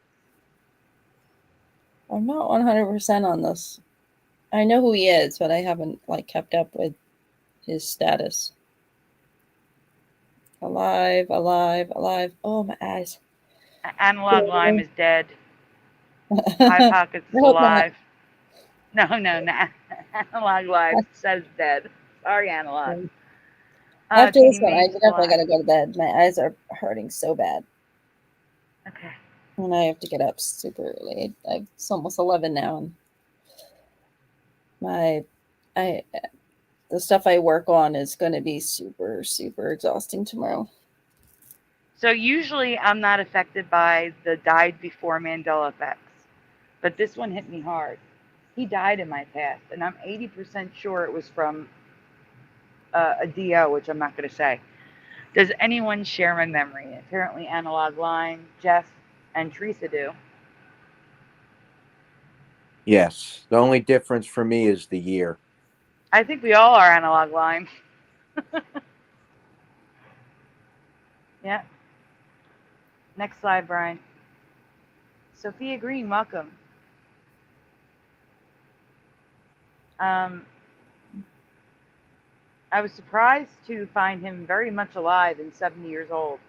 I can honestly say I've never seen him look this old in any picture I've seen. He died in the 90s or early 2000s in my past. Tyler remembers him having health struggles. Mm-hmm.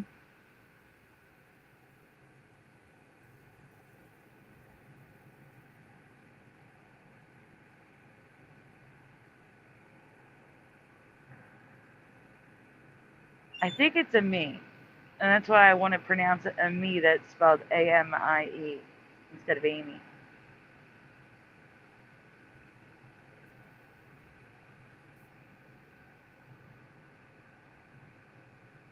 Hey, Jeff, you want to read a couple Yeah, of them? Jeff, read this crazy one. Yeah. But I better go, so I'm already falling asleep. All right. Thank you for being good here night. as long as you were, Esther. Have a good night. Thank you, Esther. Have a good night. And Teresa, you're free to leave as well if you need to. Yeah, it's 11 o'clock here, so I better go to bed. All right, Teresa. Right. Bye, everybody.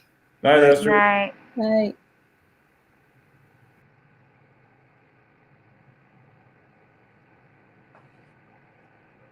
Yeah, this is the first time I've seen the I or 1111 on a coin. That's why I included it. I've never seen it on a coin before. Anyway, go ahead, Jeff.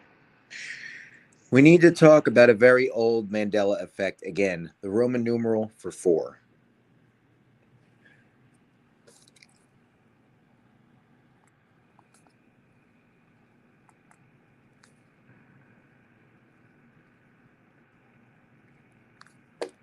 Most of us all remember 4 not being allowed. We only ever used 4 for 4. There's 2 reasons why I am bringing this up again. The first may not be an ME, but I have never heard of this, so I'm asking.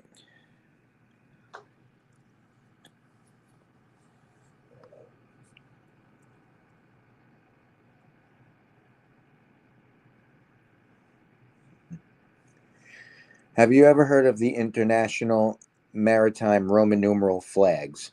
I haven't, and the boats look crazy to me. And I just have to say, right before this got on the screen, Philo put music Black Flag. That's crazy. That's all.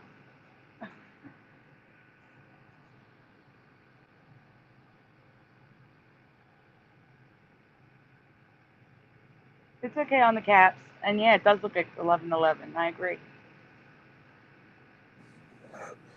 These flags are used to communicate messages, codes, or information to other ships and are typically used by world governments, NATO, and for regattas, boat races. Have you guys ever seen these flags before on ships? Like lots of them. Not like a single flag. I'm talking about like them spelling out the year in Roman numerals with flags. I've never seen this before.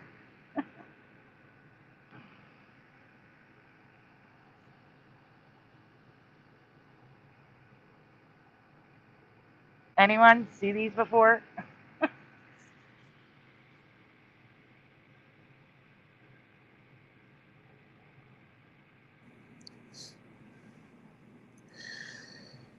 All right, Manscuse number 1. Wait a minute, before you go on.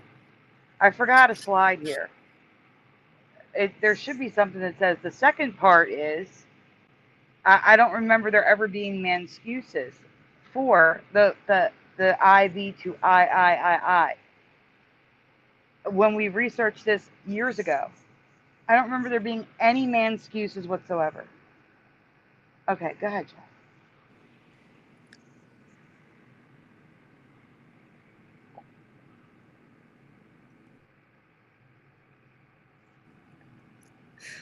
The strokes were too heavy, so basically they are saying the 4 eyes looked prettier. You have to read the part. It says another story which actually has a bit of sense to it is that on the opposite side of the clock dial to I, the VIII symbol is the heaviest number, made up of 4 heavy strokes and 1 light stroke. It would completely ruin the symmetry of the watch face to have IV with only 2 heavy strokes on one side. Instead, 4 eyes has 4 heavy strokes, making the watch face look more aesthetically pleasing. The numeral I is known as Watchmaker's 4, which I've never heard of. Has anyone ever heard it called Watchmaker's 4? No. And it's actually more visible from all sorts of angles, so you can quickly and easily tell the time. You know, Sandy, I covered this back in like 2017 or 2016. Yeah, I know. This is number 1, Brian. There's 4 of them now.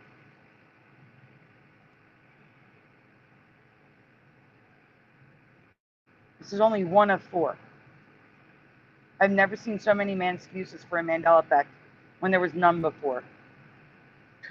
Sandy, zoom out so they can see? Sandy, can you read this real quick, please? Yeah, I can read. Brian, zoom out though. Thank you.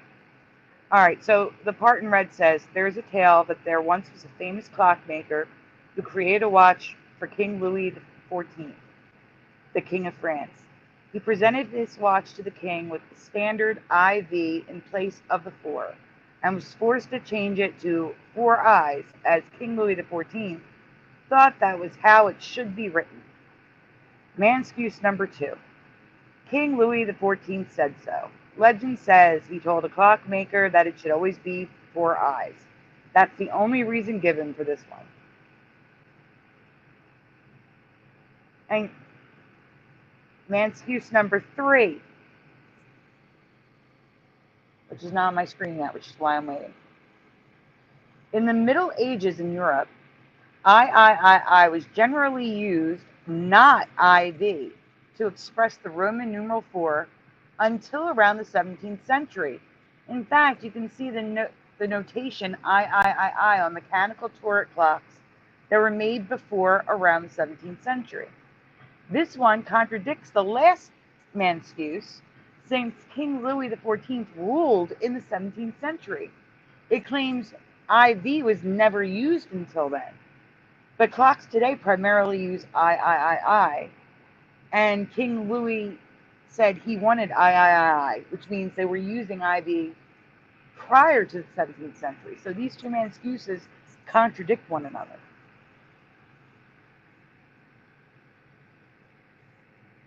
And finally, manuscript number 4, Jupiter, god of thunder. When Roman numerals were in use by the Roman Empire, the name of the Roman supreme deity, Jupiter, was spelled Ivppiter in Latin. There was a feeling that using the start of Jupiter's name on a clock dial and it being upside down where it fell would be disrespectful to the deity. So they're also saying that it was upside down all the way back then, and we remember them right side up. And the oldest manuscript is the god Jupiter would be offended. That is why it's I, because Jupiter would be offended. None of these Mandela effects existed in my past.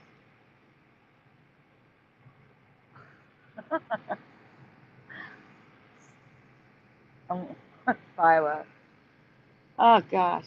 Whether the flags are new for you as well or not, at least one of these manuscripts should be new for everyone. I just love how history keeps making excuses to discredit us, don't you? So that's a Jupiter coin with the IV. Aye, aye, aye. Yeah. All this stuff is crazy.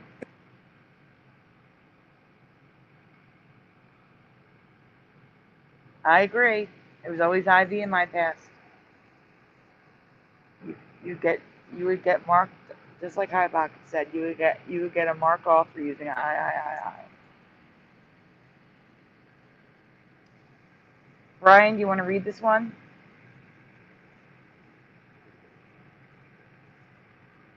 I can. Hopefully not too much of an echo. Let me see if I can. No, it is echoing. Sound. Is that better? Right now, no.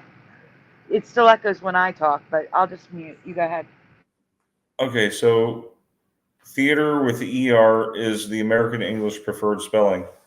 Theatre is, well, theater, but it's with an RE, is the British English preferred spelling. Unfortunately, due to the nature of this question is for those of you in the United States.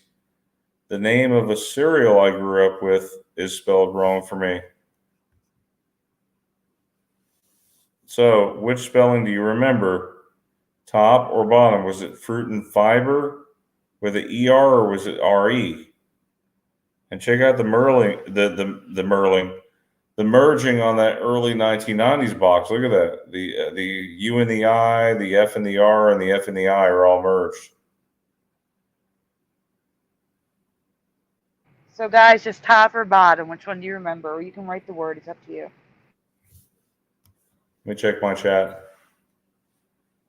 Okay, not really here says fiber with an ER. Anyone else?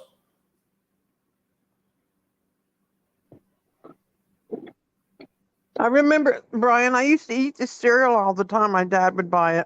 I did too. It was with the ER, wasn't it? Yeah, I told Sandy this is so wrong. No, this was one of my favorite cereals. Between that one and Lucky Charms. When did it change? Yeah. It freaked me out. Yeah, this is a huge one for me, guys. As big as Skechers. This is big. Yep. I forgot to mention that the I and the B is merged also. Yeah, specifically the word fit. But it says here, Teresa and Sandy both have strong memories of fruit and fiber with the ER spelled the American way, but it's always been spelled the British way. No. Do you remember like that? Not my reality.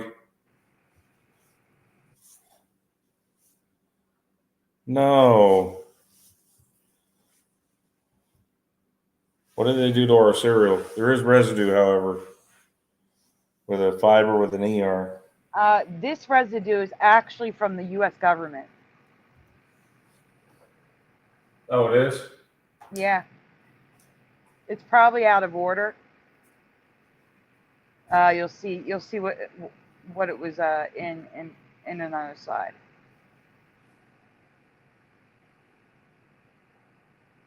I was supposed to show this last week and forgot to upload it.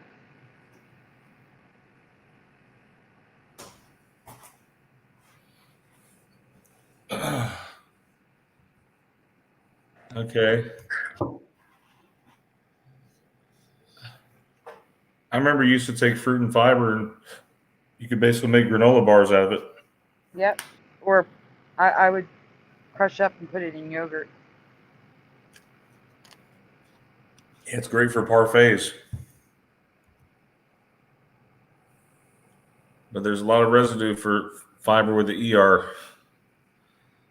So what did Francine think about this one? I'm curious. Wait, hold on. Right here. See? This should have been before the first slide. It is the Health Claims in Advertising and Labeling, a study of the cereal market from the Federal Trade Commission, August 1989. That first slide, the Federal Trade Commission put FIBER multiple times. Yeah. Oh, grape nuts is great in yogurt. I agree, Philo. Was it grape nuts? No, I'm saying grape nuts is off. Philo said that grape nuts is in a parfait too. Yeah, And just a quick Google search. I am curious.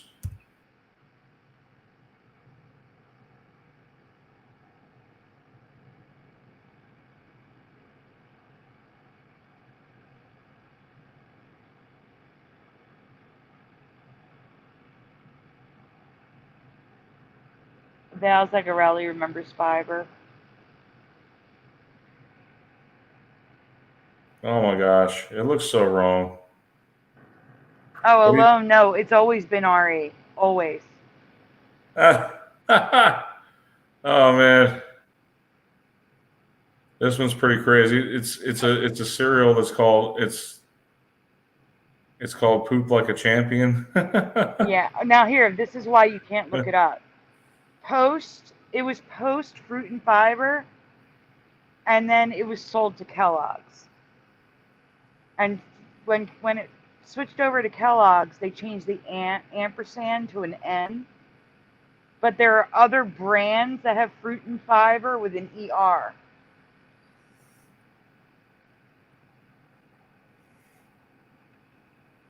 But the one from my childhood, post Fruit and Fiber. Okay, you're and gonna have to let me. Kellogg's has RE now. You're gonna have to let me read this next one, Sandy, if we want to cover it in this segment here, because we're going a little over here.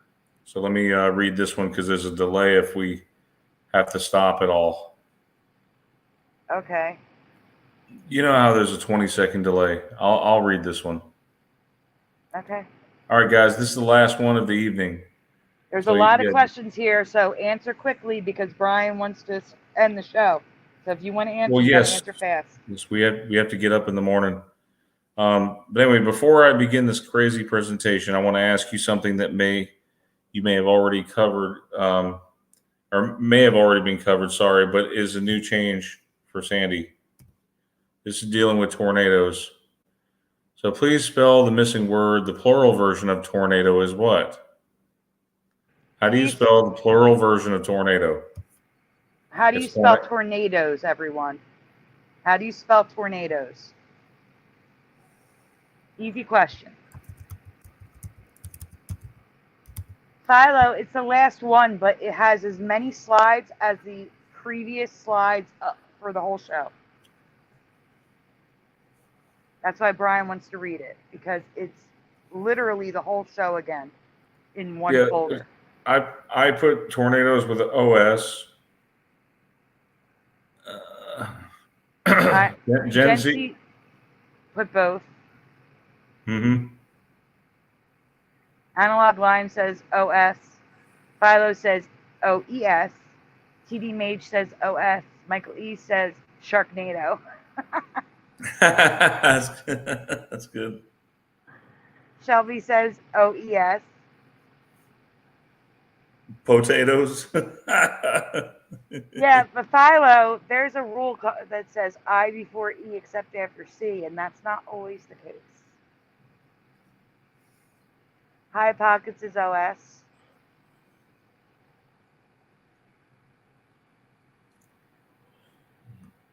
Analog Exactly, line. analog line. Yeah, analog. I agree with analog line. I noticed this a while ago. Where did the E come from? Same. Jeff, are you still here? Yeah. You got to chime in with your answers. You're too quiet.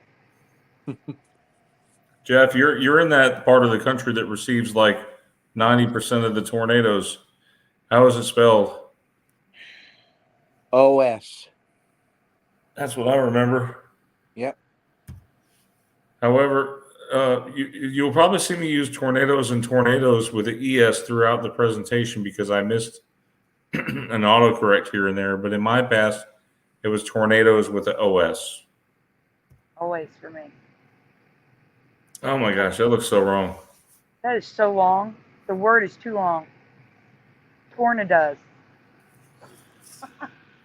Yeah. According to the rules of English, all words ending in O are made plural with ES. But I knew there are words that break the I before E except after C rule. In this reality, the O rule stands. It just looks way too long like that. Mm-hmm. Oh, so here is. Make sure the Oxford Dictionary doesn't know how to spell it.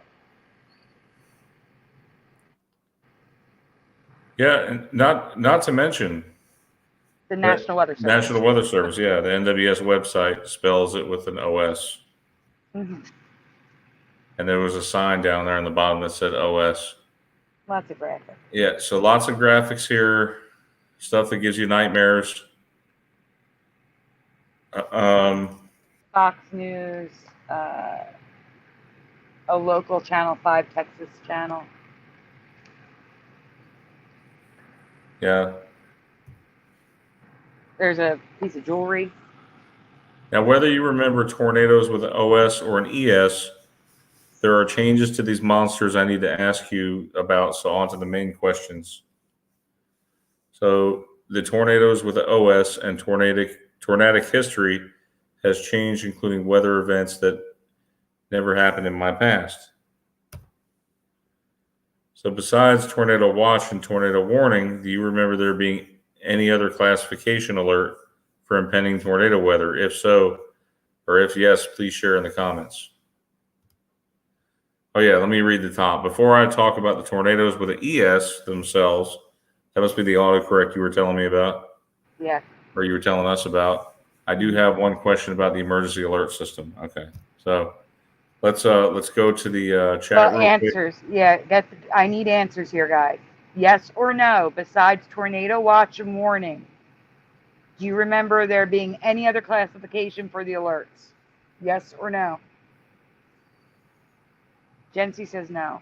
I can't see your chat, Brian. What's your chat say? Jency says no, and that's the only answer I got so far with that. Got 31 people watching, guys. Come on, we need your help says with this no. Michael E says no. Analog Lime is a no. Vale says no. TD Mage says no. High Pockets and Shelby say no. I say no. Jeff says no. All right, Brian, you can go on. We got enough answers. I just realized that there's a delay because you're seeing those comments come through on your end. Mm-hmm. I'm seeing them on a slight delay. It's like a 5 or 10 second delay until they hit my channel on here. Gotcha. My mom says no. All right. Well, in my past, it was only watch or warning. A watch meant that a storm was capable of producing a tornado. A warning meant a tornado had touched down. Did these words mean this for you too? Like, for example, a cupcake watch is all the ingredients that can make cupcakes. And a cupcake warning is cupcakes exist. They are on the plates. So that's how it was with me for tornadoes. If there's a tornado warning, a tornado has been spotted. Well, speaking of tornadoes, did you guys make it okay? Sandy, I saw you posted about your area that was you were getting a derecho. Yeah, we were okay. No, it didn't. It wasn't a derecho. It was more like a nor'easter. Yeah, and that's another thing too. We talked about the weather and how these weather patterns keep coming across. I don't remember them being swirling storms like in the Midwest.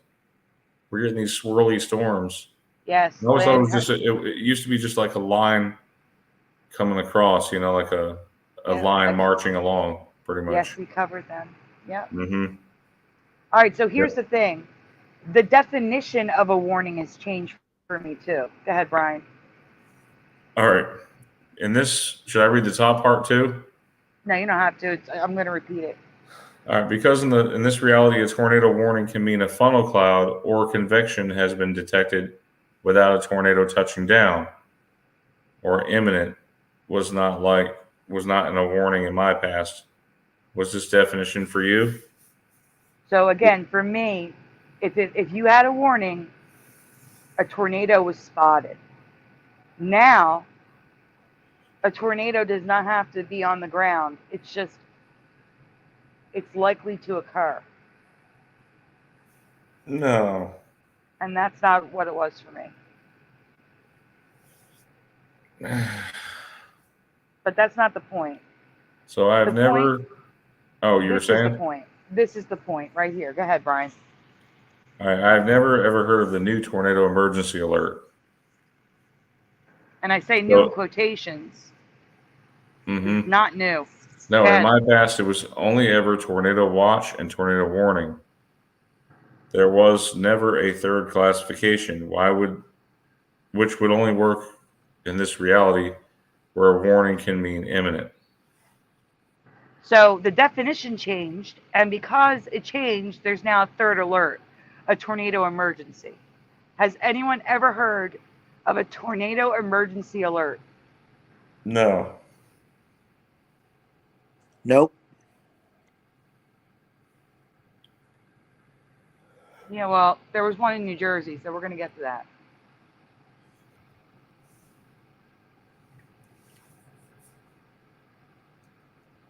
Okay.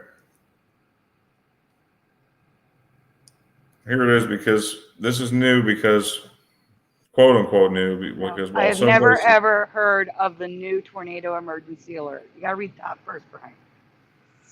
Okay, I just heard the never ever in the last slide, so all right.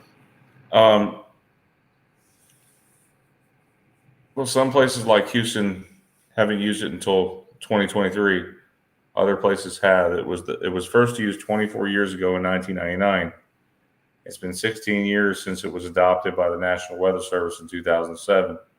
Is this really new for you also, too? So guys, tornado watch, warning, and emergency has been around for 24 years. I've never heard of a tornado emergency, and it's been around for 24 years and was officially adopted by the National Weather Service. I haven't ever seen our local weather or the Weather Channel use it. Me either. Apparently, New Jersey had one issued in 2021. The Schuylkill River is in Philadelphia, so that's my area. And I've still never heard of a tornado emergency.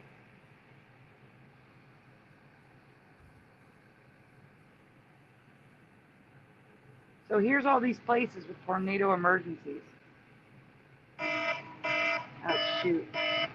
Speaking of tornado emergencies. No, that's the clock out. I figured that. Yeah. So what was that part about Alabama? That you had a tornado emergency. Yeah, nearly 50% of Alabamians are under a tornado emergency at some point since 2002. And yet you've never heard of it. No. But it is a very rare and dangerous situation, I guess. No, it means the tornado's on the ground.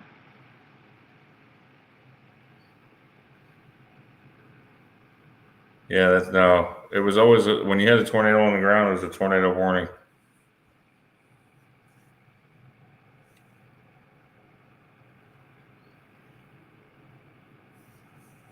Tornado emergency, South Carolina. What?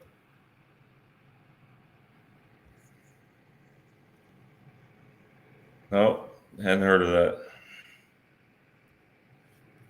I can't see the chat until I'm done clocking out at 11:30. Part 2, tornado changes. We all know what tornadoes look like, right? Depending on the type and size, they can look different. But would you agree that a tornado moves downward from a cloud?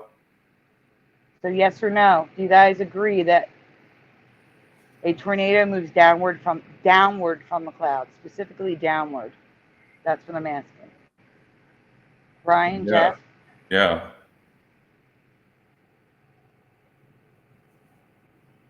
I don't know where Jeff is. These are probably to me, tornadoes are the scariest thing. Oh no, I think a derecho's worse. It's like a tornado across hundreds of miles. Jeez. What are the top wind speeds of a derecho? Do you know? Well, they're equivalent to an F3, not a 4 or 5. That would definitely be scarier. But I think you have a chance to dodge them if you can see them. You can get out of The problem, out of the way. Sandy, I don't know if you know this or not, but in the South, there's a big problem. No basements. Yeah, no basements. Yeah, we're close because we're so close to the sea level. I guess they don't put basements generally. What's the chat saying, Brian? I can't see. Jeff, you see any guys in the chat saying anything? I can't say what Jency said, but that's funny. Quentin says yes. I think most of us agree that the tornadoes, yes. Marcia said yes. Shelby, yes. High Pockets, yes. Okay, yeah. Jency said yes. It goes down. All right, so we've got enough answers here. Yes, go ahead. All right. What I have not seen, and I could be wrong, which is why I'm asking everyone: are tornadoes with the ES here? Is what you put here, Sandy? That can strike miles away from the cloud where it spawned from, sometimes making a right angle down in the sky and even looping. What in the world?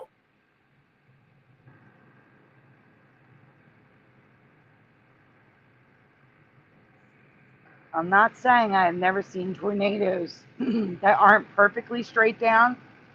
I've seen them move around on the ground and arc a little from the cloud many times in images, videos, and TV shows like Storm Chasers. But this is not what I've seen. Don't forget the top, Brian.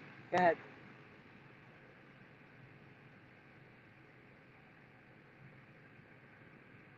Brian, we can't hear you. All right. Brian, are you there? I also have never heard of horizontal vortices. Funnel clouds growing out of the side of another tornado. Have you ever seen this before? I do not even know how this would be possible. Jeff, can you see the chat? Because I can't. Not for another minute. Which one? Brian's would let you see both. Okay.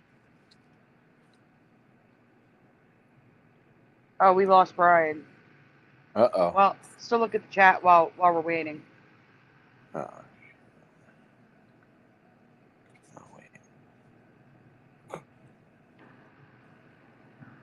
I'm back to the chat. I can see my chat again. I thought something happened to Brian. Okay, so TD Mage says that's wacky. Philo says it has an arm. Yeah, never heard of that, says Analog Line. Let's see. Okay. Brian, we read this slide. You can go on to the next one.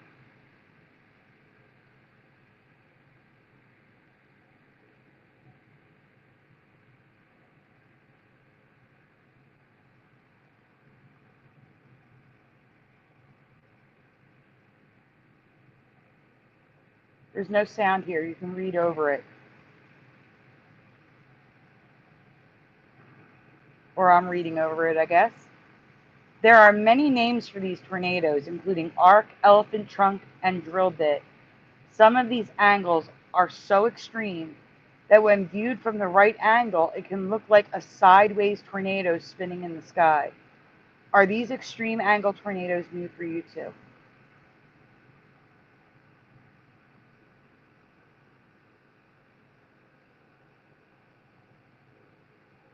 Jeff, are you here? Yeah. Okay. Brian, you can go to the next slide if you're here. I don't know what's happening with Brian.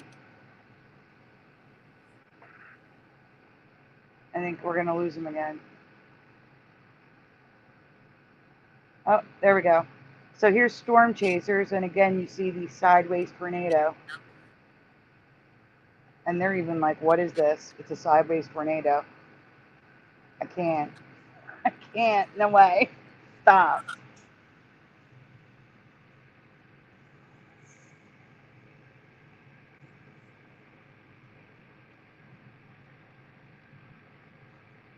Hey, Josh Phoenix, welcome. Josh says, if they didn't have a downflow and an upflow, they wouldn't be able to move around and stay formed. I don't think the bottom of the twister would be able to stay connected to the top. I get it. Yep. Hey, Preliminal. Do you remember tornadoes landing miles away from the funnel cloud point or making right angle turns towards the ground? Because I don't. Like, some of these are crazy far away from the cloud. Philo says confirmed we are in the upside down. Yep.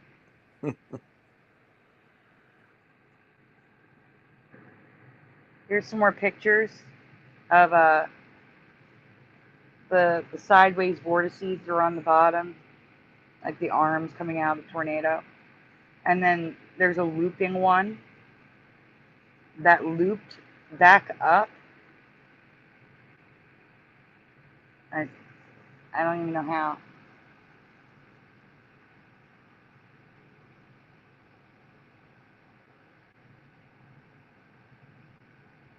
Thank you to whoever just subscribed. I'm now at 525. All right. Next question, yes or no in the chat. Have you ever heard of luminous tornadoes? Now this image is photoshopped. Described as tornadic electrical phenomenon, there have been multiple eyewitness accounts describing these tornadoes as glowing orange or blue, with one report claiming a tornado glowed rainbow, with the colors constantly changing.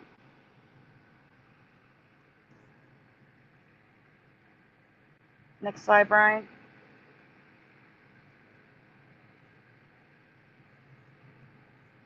This first one looks fake, but it's not. It was verified by multiple science and meteorological organizations. I can't speak right now. These are twin luminous tornadoes that ripped through Toledo, Ohio on the night of April 11th, 1965. The following photograph was taken by James R. Wire near Toledo, Ohio on the night of April 11th, 1965. It may show two luminous funnels.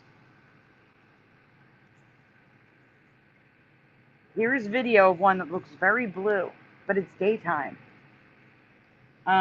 It's not on my screen yet. I can't read it. Could this be a luminous tornado? It's daytime, so the glow may not be visible, but it does look very blue compared to the other clouds and everything else in the video. Video credit came from NASA.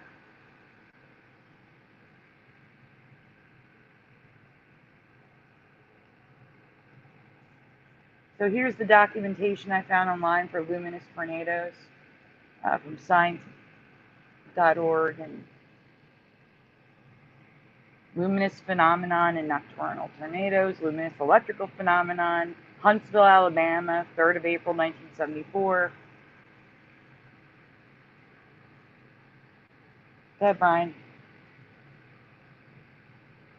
So supposedly these are pictures of luminous tornadoes, but to me it just looks like light. The one in the middle at the top is a drawing of what someone saw.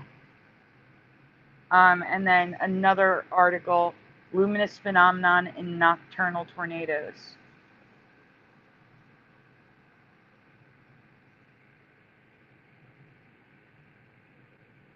Here's some diagrams. And the bottom says, it's important. I got to read it, Brian. I'm waiting. Okay. When this thing would spark, or when I thought was power lines going down, it would start at the ground and then it would work its way up into kind of a mushroom. It would start out very intense and then it would kind of just glow. But there was one right after the other. I couldn't figure out in my mind what kind of power lines going down would give off different colored lights. They were rainbow colors. Some were green, some were pink and red and blue and yellow. It lasted anywhere from 5 to 10 minutes, I would guess. So that was the eyewitness account of the rainbow luminous tornado. And they also saw St. Elmo's fire at the bottom of the tornado.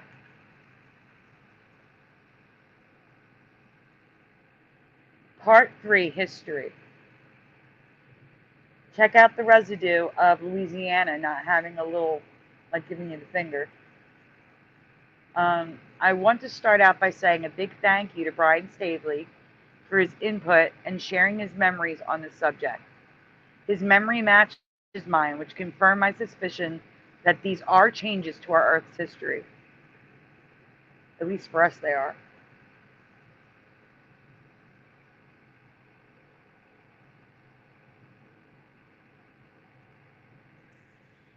True or false? All right, chat, true or false? Have you ever heard that the word tornado was banned in the United States, aka the land of free speech? True or false? Have you ever heard that the word tornado was banned in the United States?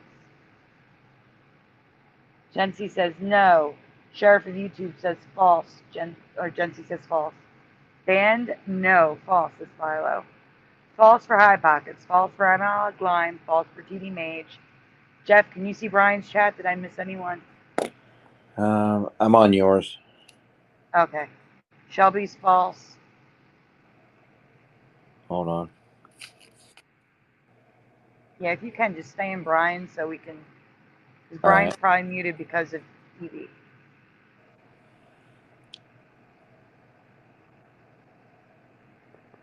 Analog Line says, if it has an E, it should be. Everybody says no. False. All right. Brian, you there? You can go to the next slide.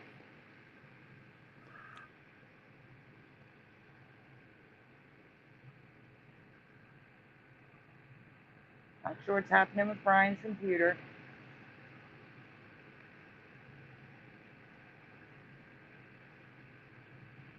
I hope we're not losing Brian again.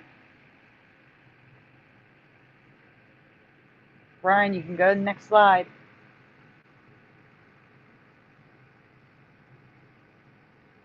No, we can't hear you, Brian. No, Jency, that's Brian pretending to be me. The forbidden word, tornado. From 1887 until 1950, the word tornado was forbidden from being broadcast to the masses for fear of panic and because meteorologists hadn't figured out how to predict them yet. I have never heard of this, have you? So ABC News is at the bottom when tornado was a forbidden word.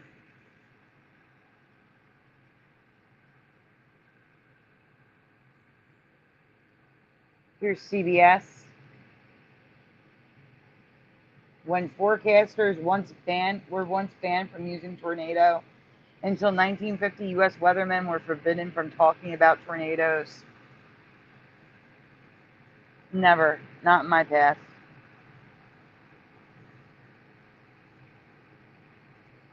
Another question I want to ask. In your past, guys, go with yes or no now. In your past, Did tornadoes go through major cities? I'm talking about New York City, Chicago, Los Angeles, Philadelphia, Dallas, like through the city, not the suburbs, but the city. Jeff, what do you remember? I can't ask Brian because we can't hear him. No, I don't remember that at all. Can you look at Definitely Brian? not on the East go on. Coast. Okay, can you read Brian's chat, please? I got Jency with no and high pockets. And Analog Lime, I'll say no. Marcia 3961 says no. Oh, Preliminal says not logical. Right.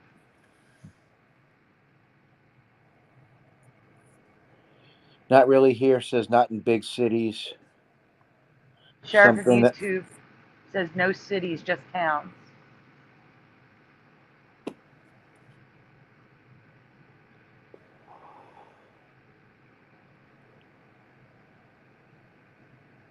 All right, Brian, we can go on because I know we're not done this yet. There's a lot of videos coming up.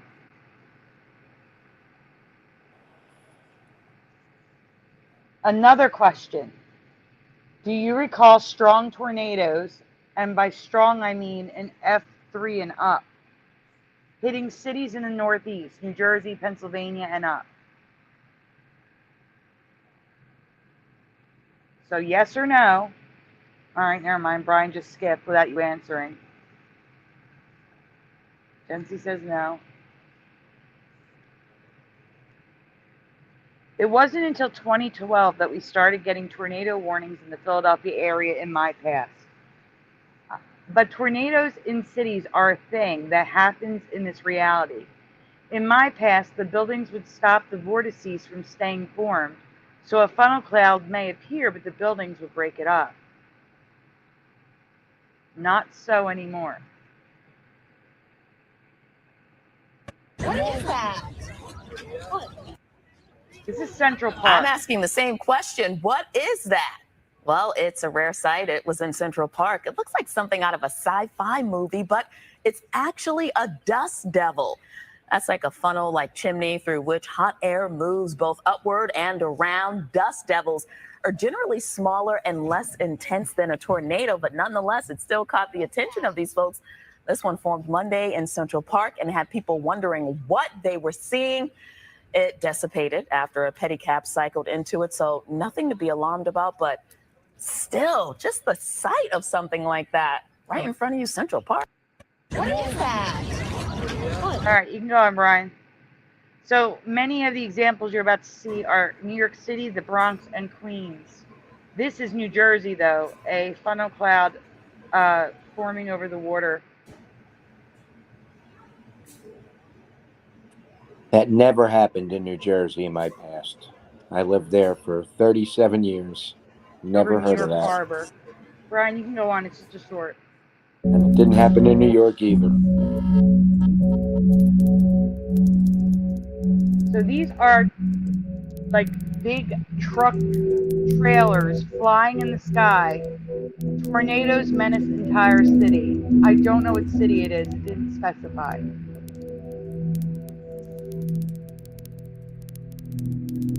But this is ABC News. You can go on, Brian. Oh no, there's still more. I'm sorry. So this is a resort area, and it's literally ripping the resort apart.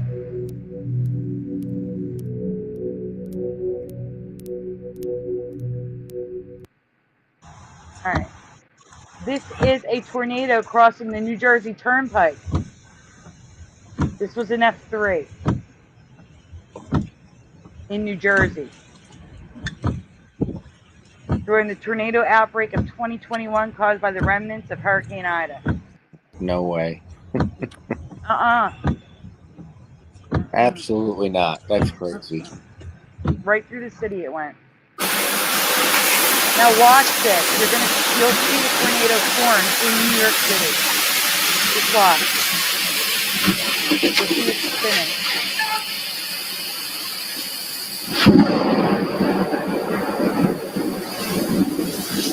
That's get crazy. Now this would be an F0, so nothing really impressive, but still. It's in New York City in an intersection.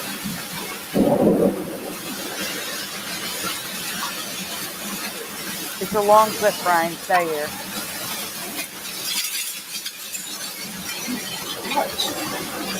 Here it comes.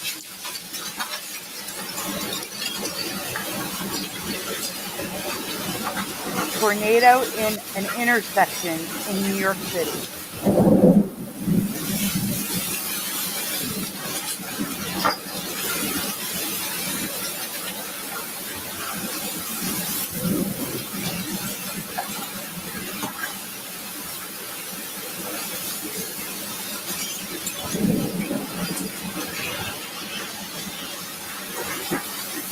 Absolutely not my path.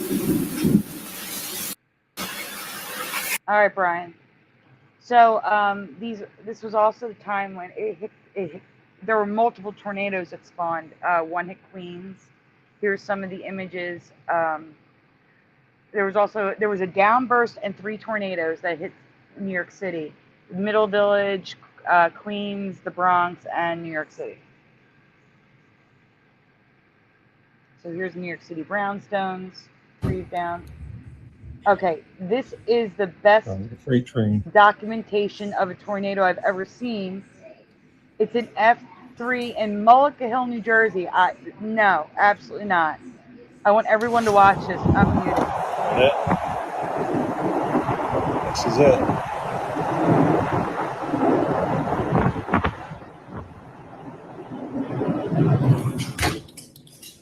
Come on, Cubby.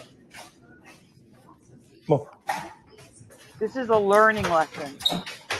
Like, seriously, everyone should pay attention. He's even documenting what it looks like outside. Come on, downstairs. Basement. Let's go. Come on, Cubby.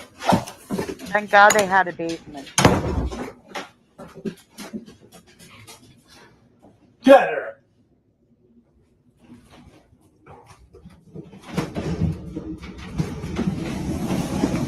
Stay.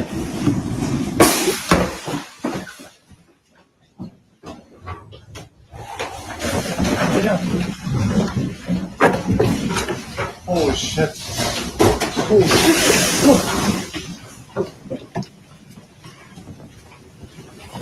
Stay, Cubby. Holy fuck. Here, Cubby.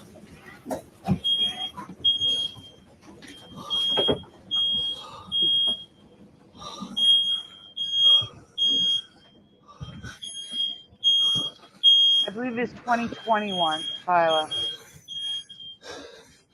Holy shit.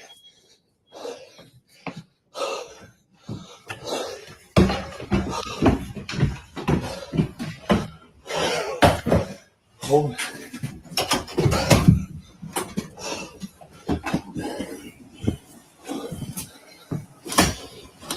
Stay, Cubby.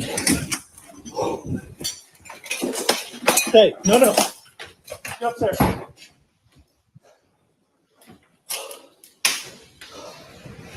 Holy shit.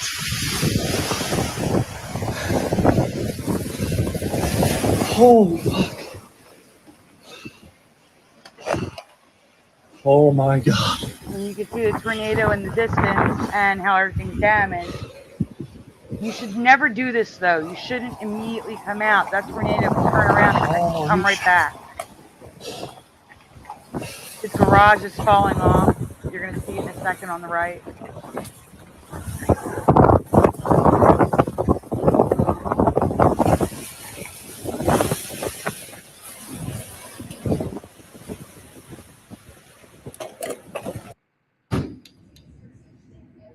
Okay, Brian, next slide. It's the pictures. So here's above is before and below is after photos of the front, through his front window. So you can see the comparison. The house across the street is demolished. Tornadoes were not this big in New Jersey before. Never. So while I do recall F0 and F1 tornadoes happening up here since 2012, I do not have any memory of larger ones happening here in Mullica Hill or further north like Massachusetts. Or like in Massachusetts. This map shows tornadoes over the decades and their strength. The entire I-95 corridor, the East Coast, is covered in tornado tracks, with F4 tornadoes in New York, Massachusetts, and Connecticut. Since when? Is this new for you too? Do you recall F4 tornadoes in Massachusetts, in Connecticut, in New York?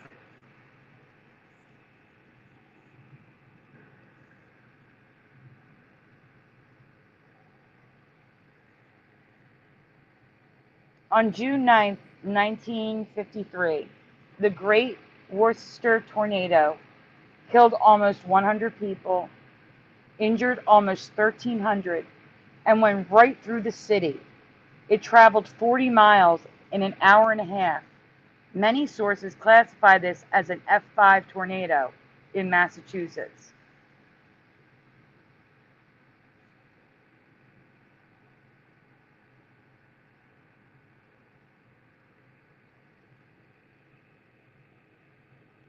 It is remembered on the news most years, so even though we weren't born yet, we should have at least heard of this, or at least Brian Stavely should have heard of this. He Definitely. lived in that state, and he's never heard of this tornado. Yep. My brother-in-law lived in that state, and he never mentioned any tornadoes. Mm-hmm. Now, see, this says F4 winds, but originally it was classified as an F5. So tornado smashes Worcester area. The death toll kept going up, and so did the injured. And here's a lot of the damage that it caused.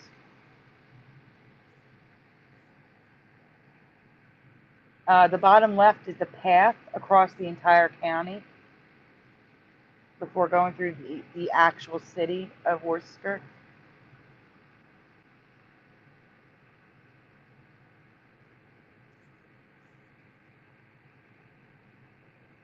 I've never heard the term denuded, but I guess when you take all the limbs and the leaves off a tree, it's called denuded. I mean, the middle image is the college, and the above images, or the below image on the left is the college after.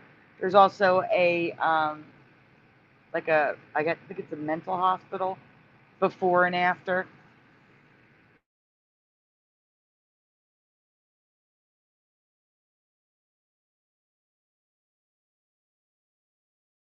Yes, I remember the Christmas tsunami in Indonesia. Here was the other F4 happened in 2011, and this is probably the one related to Hurricane Sandy. Traveling 40 miles for 70 minutes, hitting the town of Springfield, Massachusetts. Since when are there F4 and F5 tornadoes in New England? Does anyone recall this? It's called the Springfield tornado, but Charleston got the brunt of it.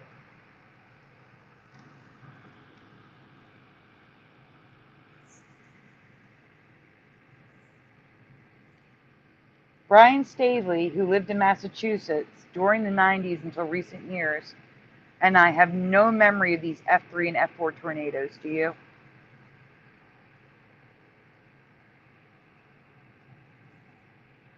Finally, we've made it to the last two questions. Jeff, do you want to read a little bit? Can you give me a little break, please? Yeah. Thank you. You're welcome. Have you ever seen tornadoes make spirals like this? They are new for me, and I'll explain why I believe this is a new tornadic behavior.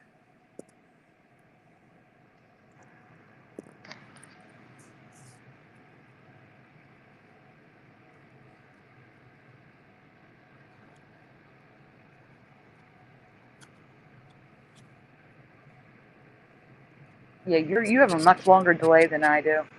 Yeah, it's annoying. Here we go. A couple of years ago, I presented mesovortices In a hurricane eye, these spinning air ducts create tornadoes around the eye wall, which is the same phenomenon that produces the spiral seen in that tornado. So this was new for me, I believe, in 2020. I think I covered it, or 2021. Tornadoes in the eye wall of the hurricane.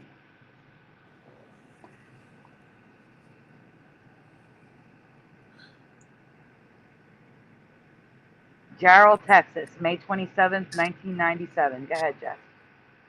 Have you ever heard of dead man walking tornadoes? So, yes or no in the chat. Have you ever heard of dead man walking tornadoes? Anyone?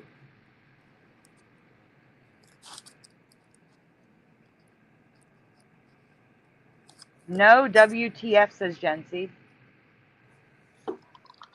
I'll keep looking at the chat. Well, guys, I'm sorry, I can't see you in Brian's chat.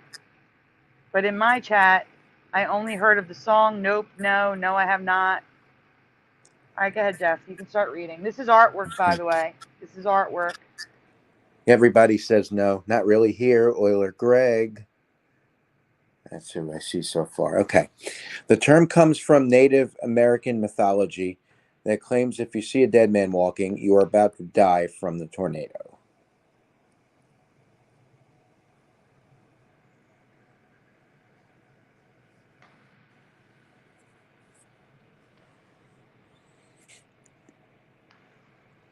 This type of tornado creates those spirals because there are multiple tornadoes spinning around the center of the main tornado. Multiple tornadoes that spin together as one massive tornado. Have you ever heard of this?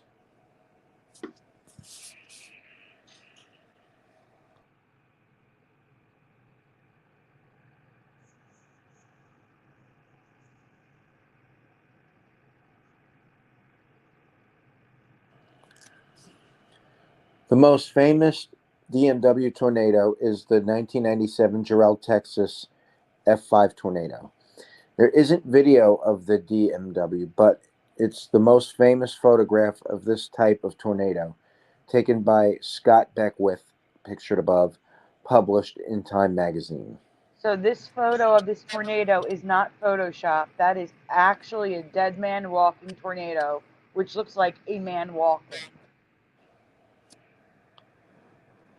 Oh my God. Tornado phenomena isn't unique to Jarrell. There are several other prominent examples with other tornadoes. This footage was captured during the Joplin F5 tornado that occurred on May 22nd, 2011. These vortices look like huge monster legs walking into Joplin. Another prominent example is from the 2011 Coleman F5 tornado that happened only a few weeks earlier on April 27th. There are several moments during this video that show a walking-like motion. This dead man walking GIF was captured during the 2013 El Reno tornado, and there are several photographs of the 1974 Xena F5 tornado that show leg-like features. Okay, Jeff. Tornado phenomena isn't Brian, unique. you can stop the video, please, so we can read. Go back so we can read. All right, go. Tornado phenomena isn't unique. Go ahead, Jeff. All right, here we go. This isn't new. These tornadoes have always existed, but they are 100% new for me. Are DMW tornadoes new for you too? Credit YouTube channel Swiggle Studios.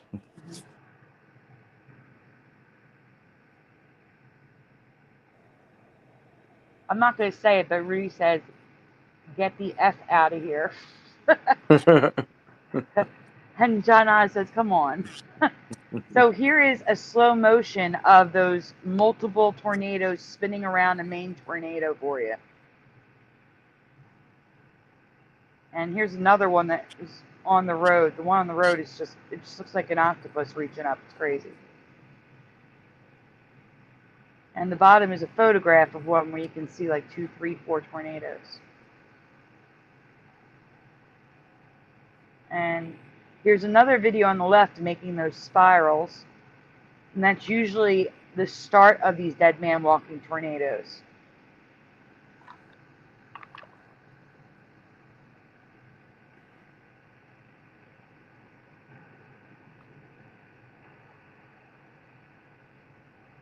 No, he doesn't do creepypastas, Philo.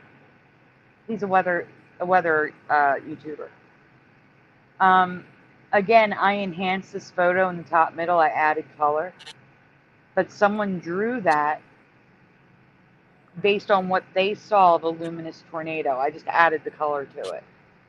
And the top left is one of those squiggly ones. Another diagram of the dead man walking is on the right. Another photograph of the Worcester Great Tornado of 1953, I think it was. And then there's another tornado in a city, specifically, that's Rome. So, tornado in Rome. Go ahead, Jeff. It's the last slide. If you were able to hang in for this long, multi-change presentation, first, thank you, and second, what do you think? Are any of these new for you? Because they are all new for me. All of this is not my reality. None of it. Not Me admitted. either. Sideways tornadoes, sideways vortices, multi-vortice tornadoes called Dead Man Walking, glowing tornadoes, like stop it. Tornadoes in the city. No, absolutely not. So that is the end of the show, everyone. I don't know why we can't hear Brian, but he is here. Brian, you want to say good night in the chat since we can't hear you?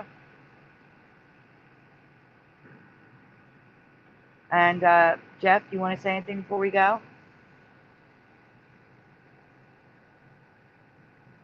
I just want to thank everybody for watching and hanging in till the end. Yeah. And for waiting for Flickr to stop freezing on me. Yep. Oh my gosh. So since Brian's not here, have a great Mandela Effect night, everyone. See you on Saturday.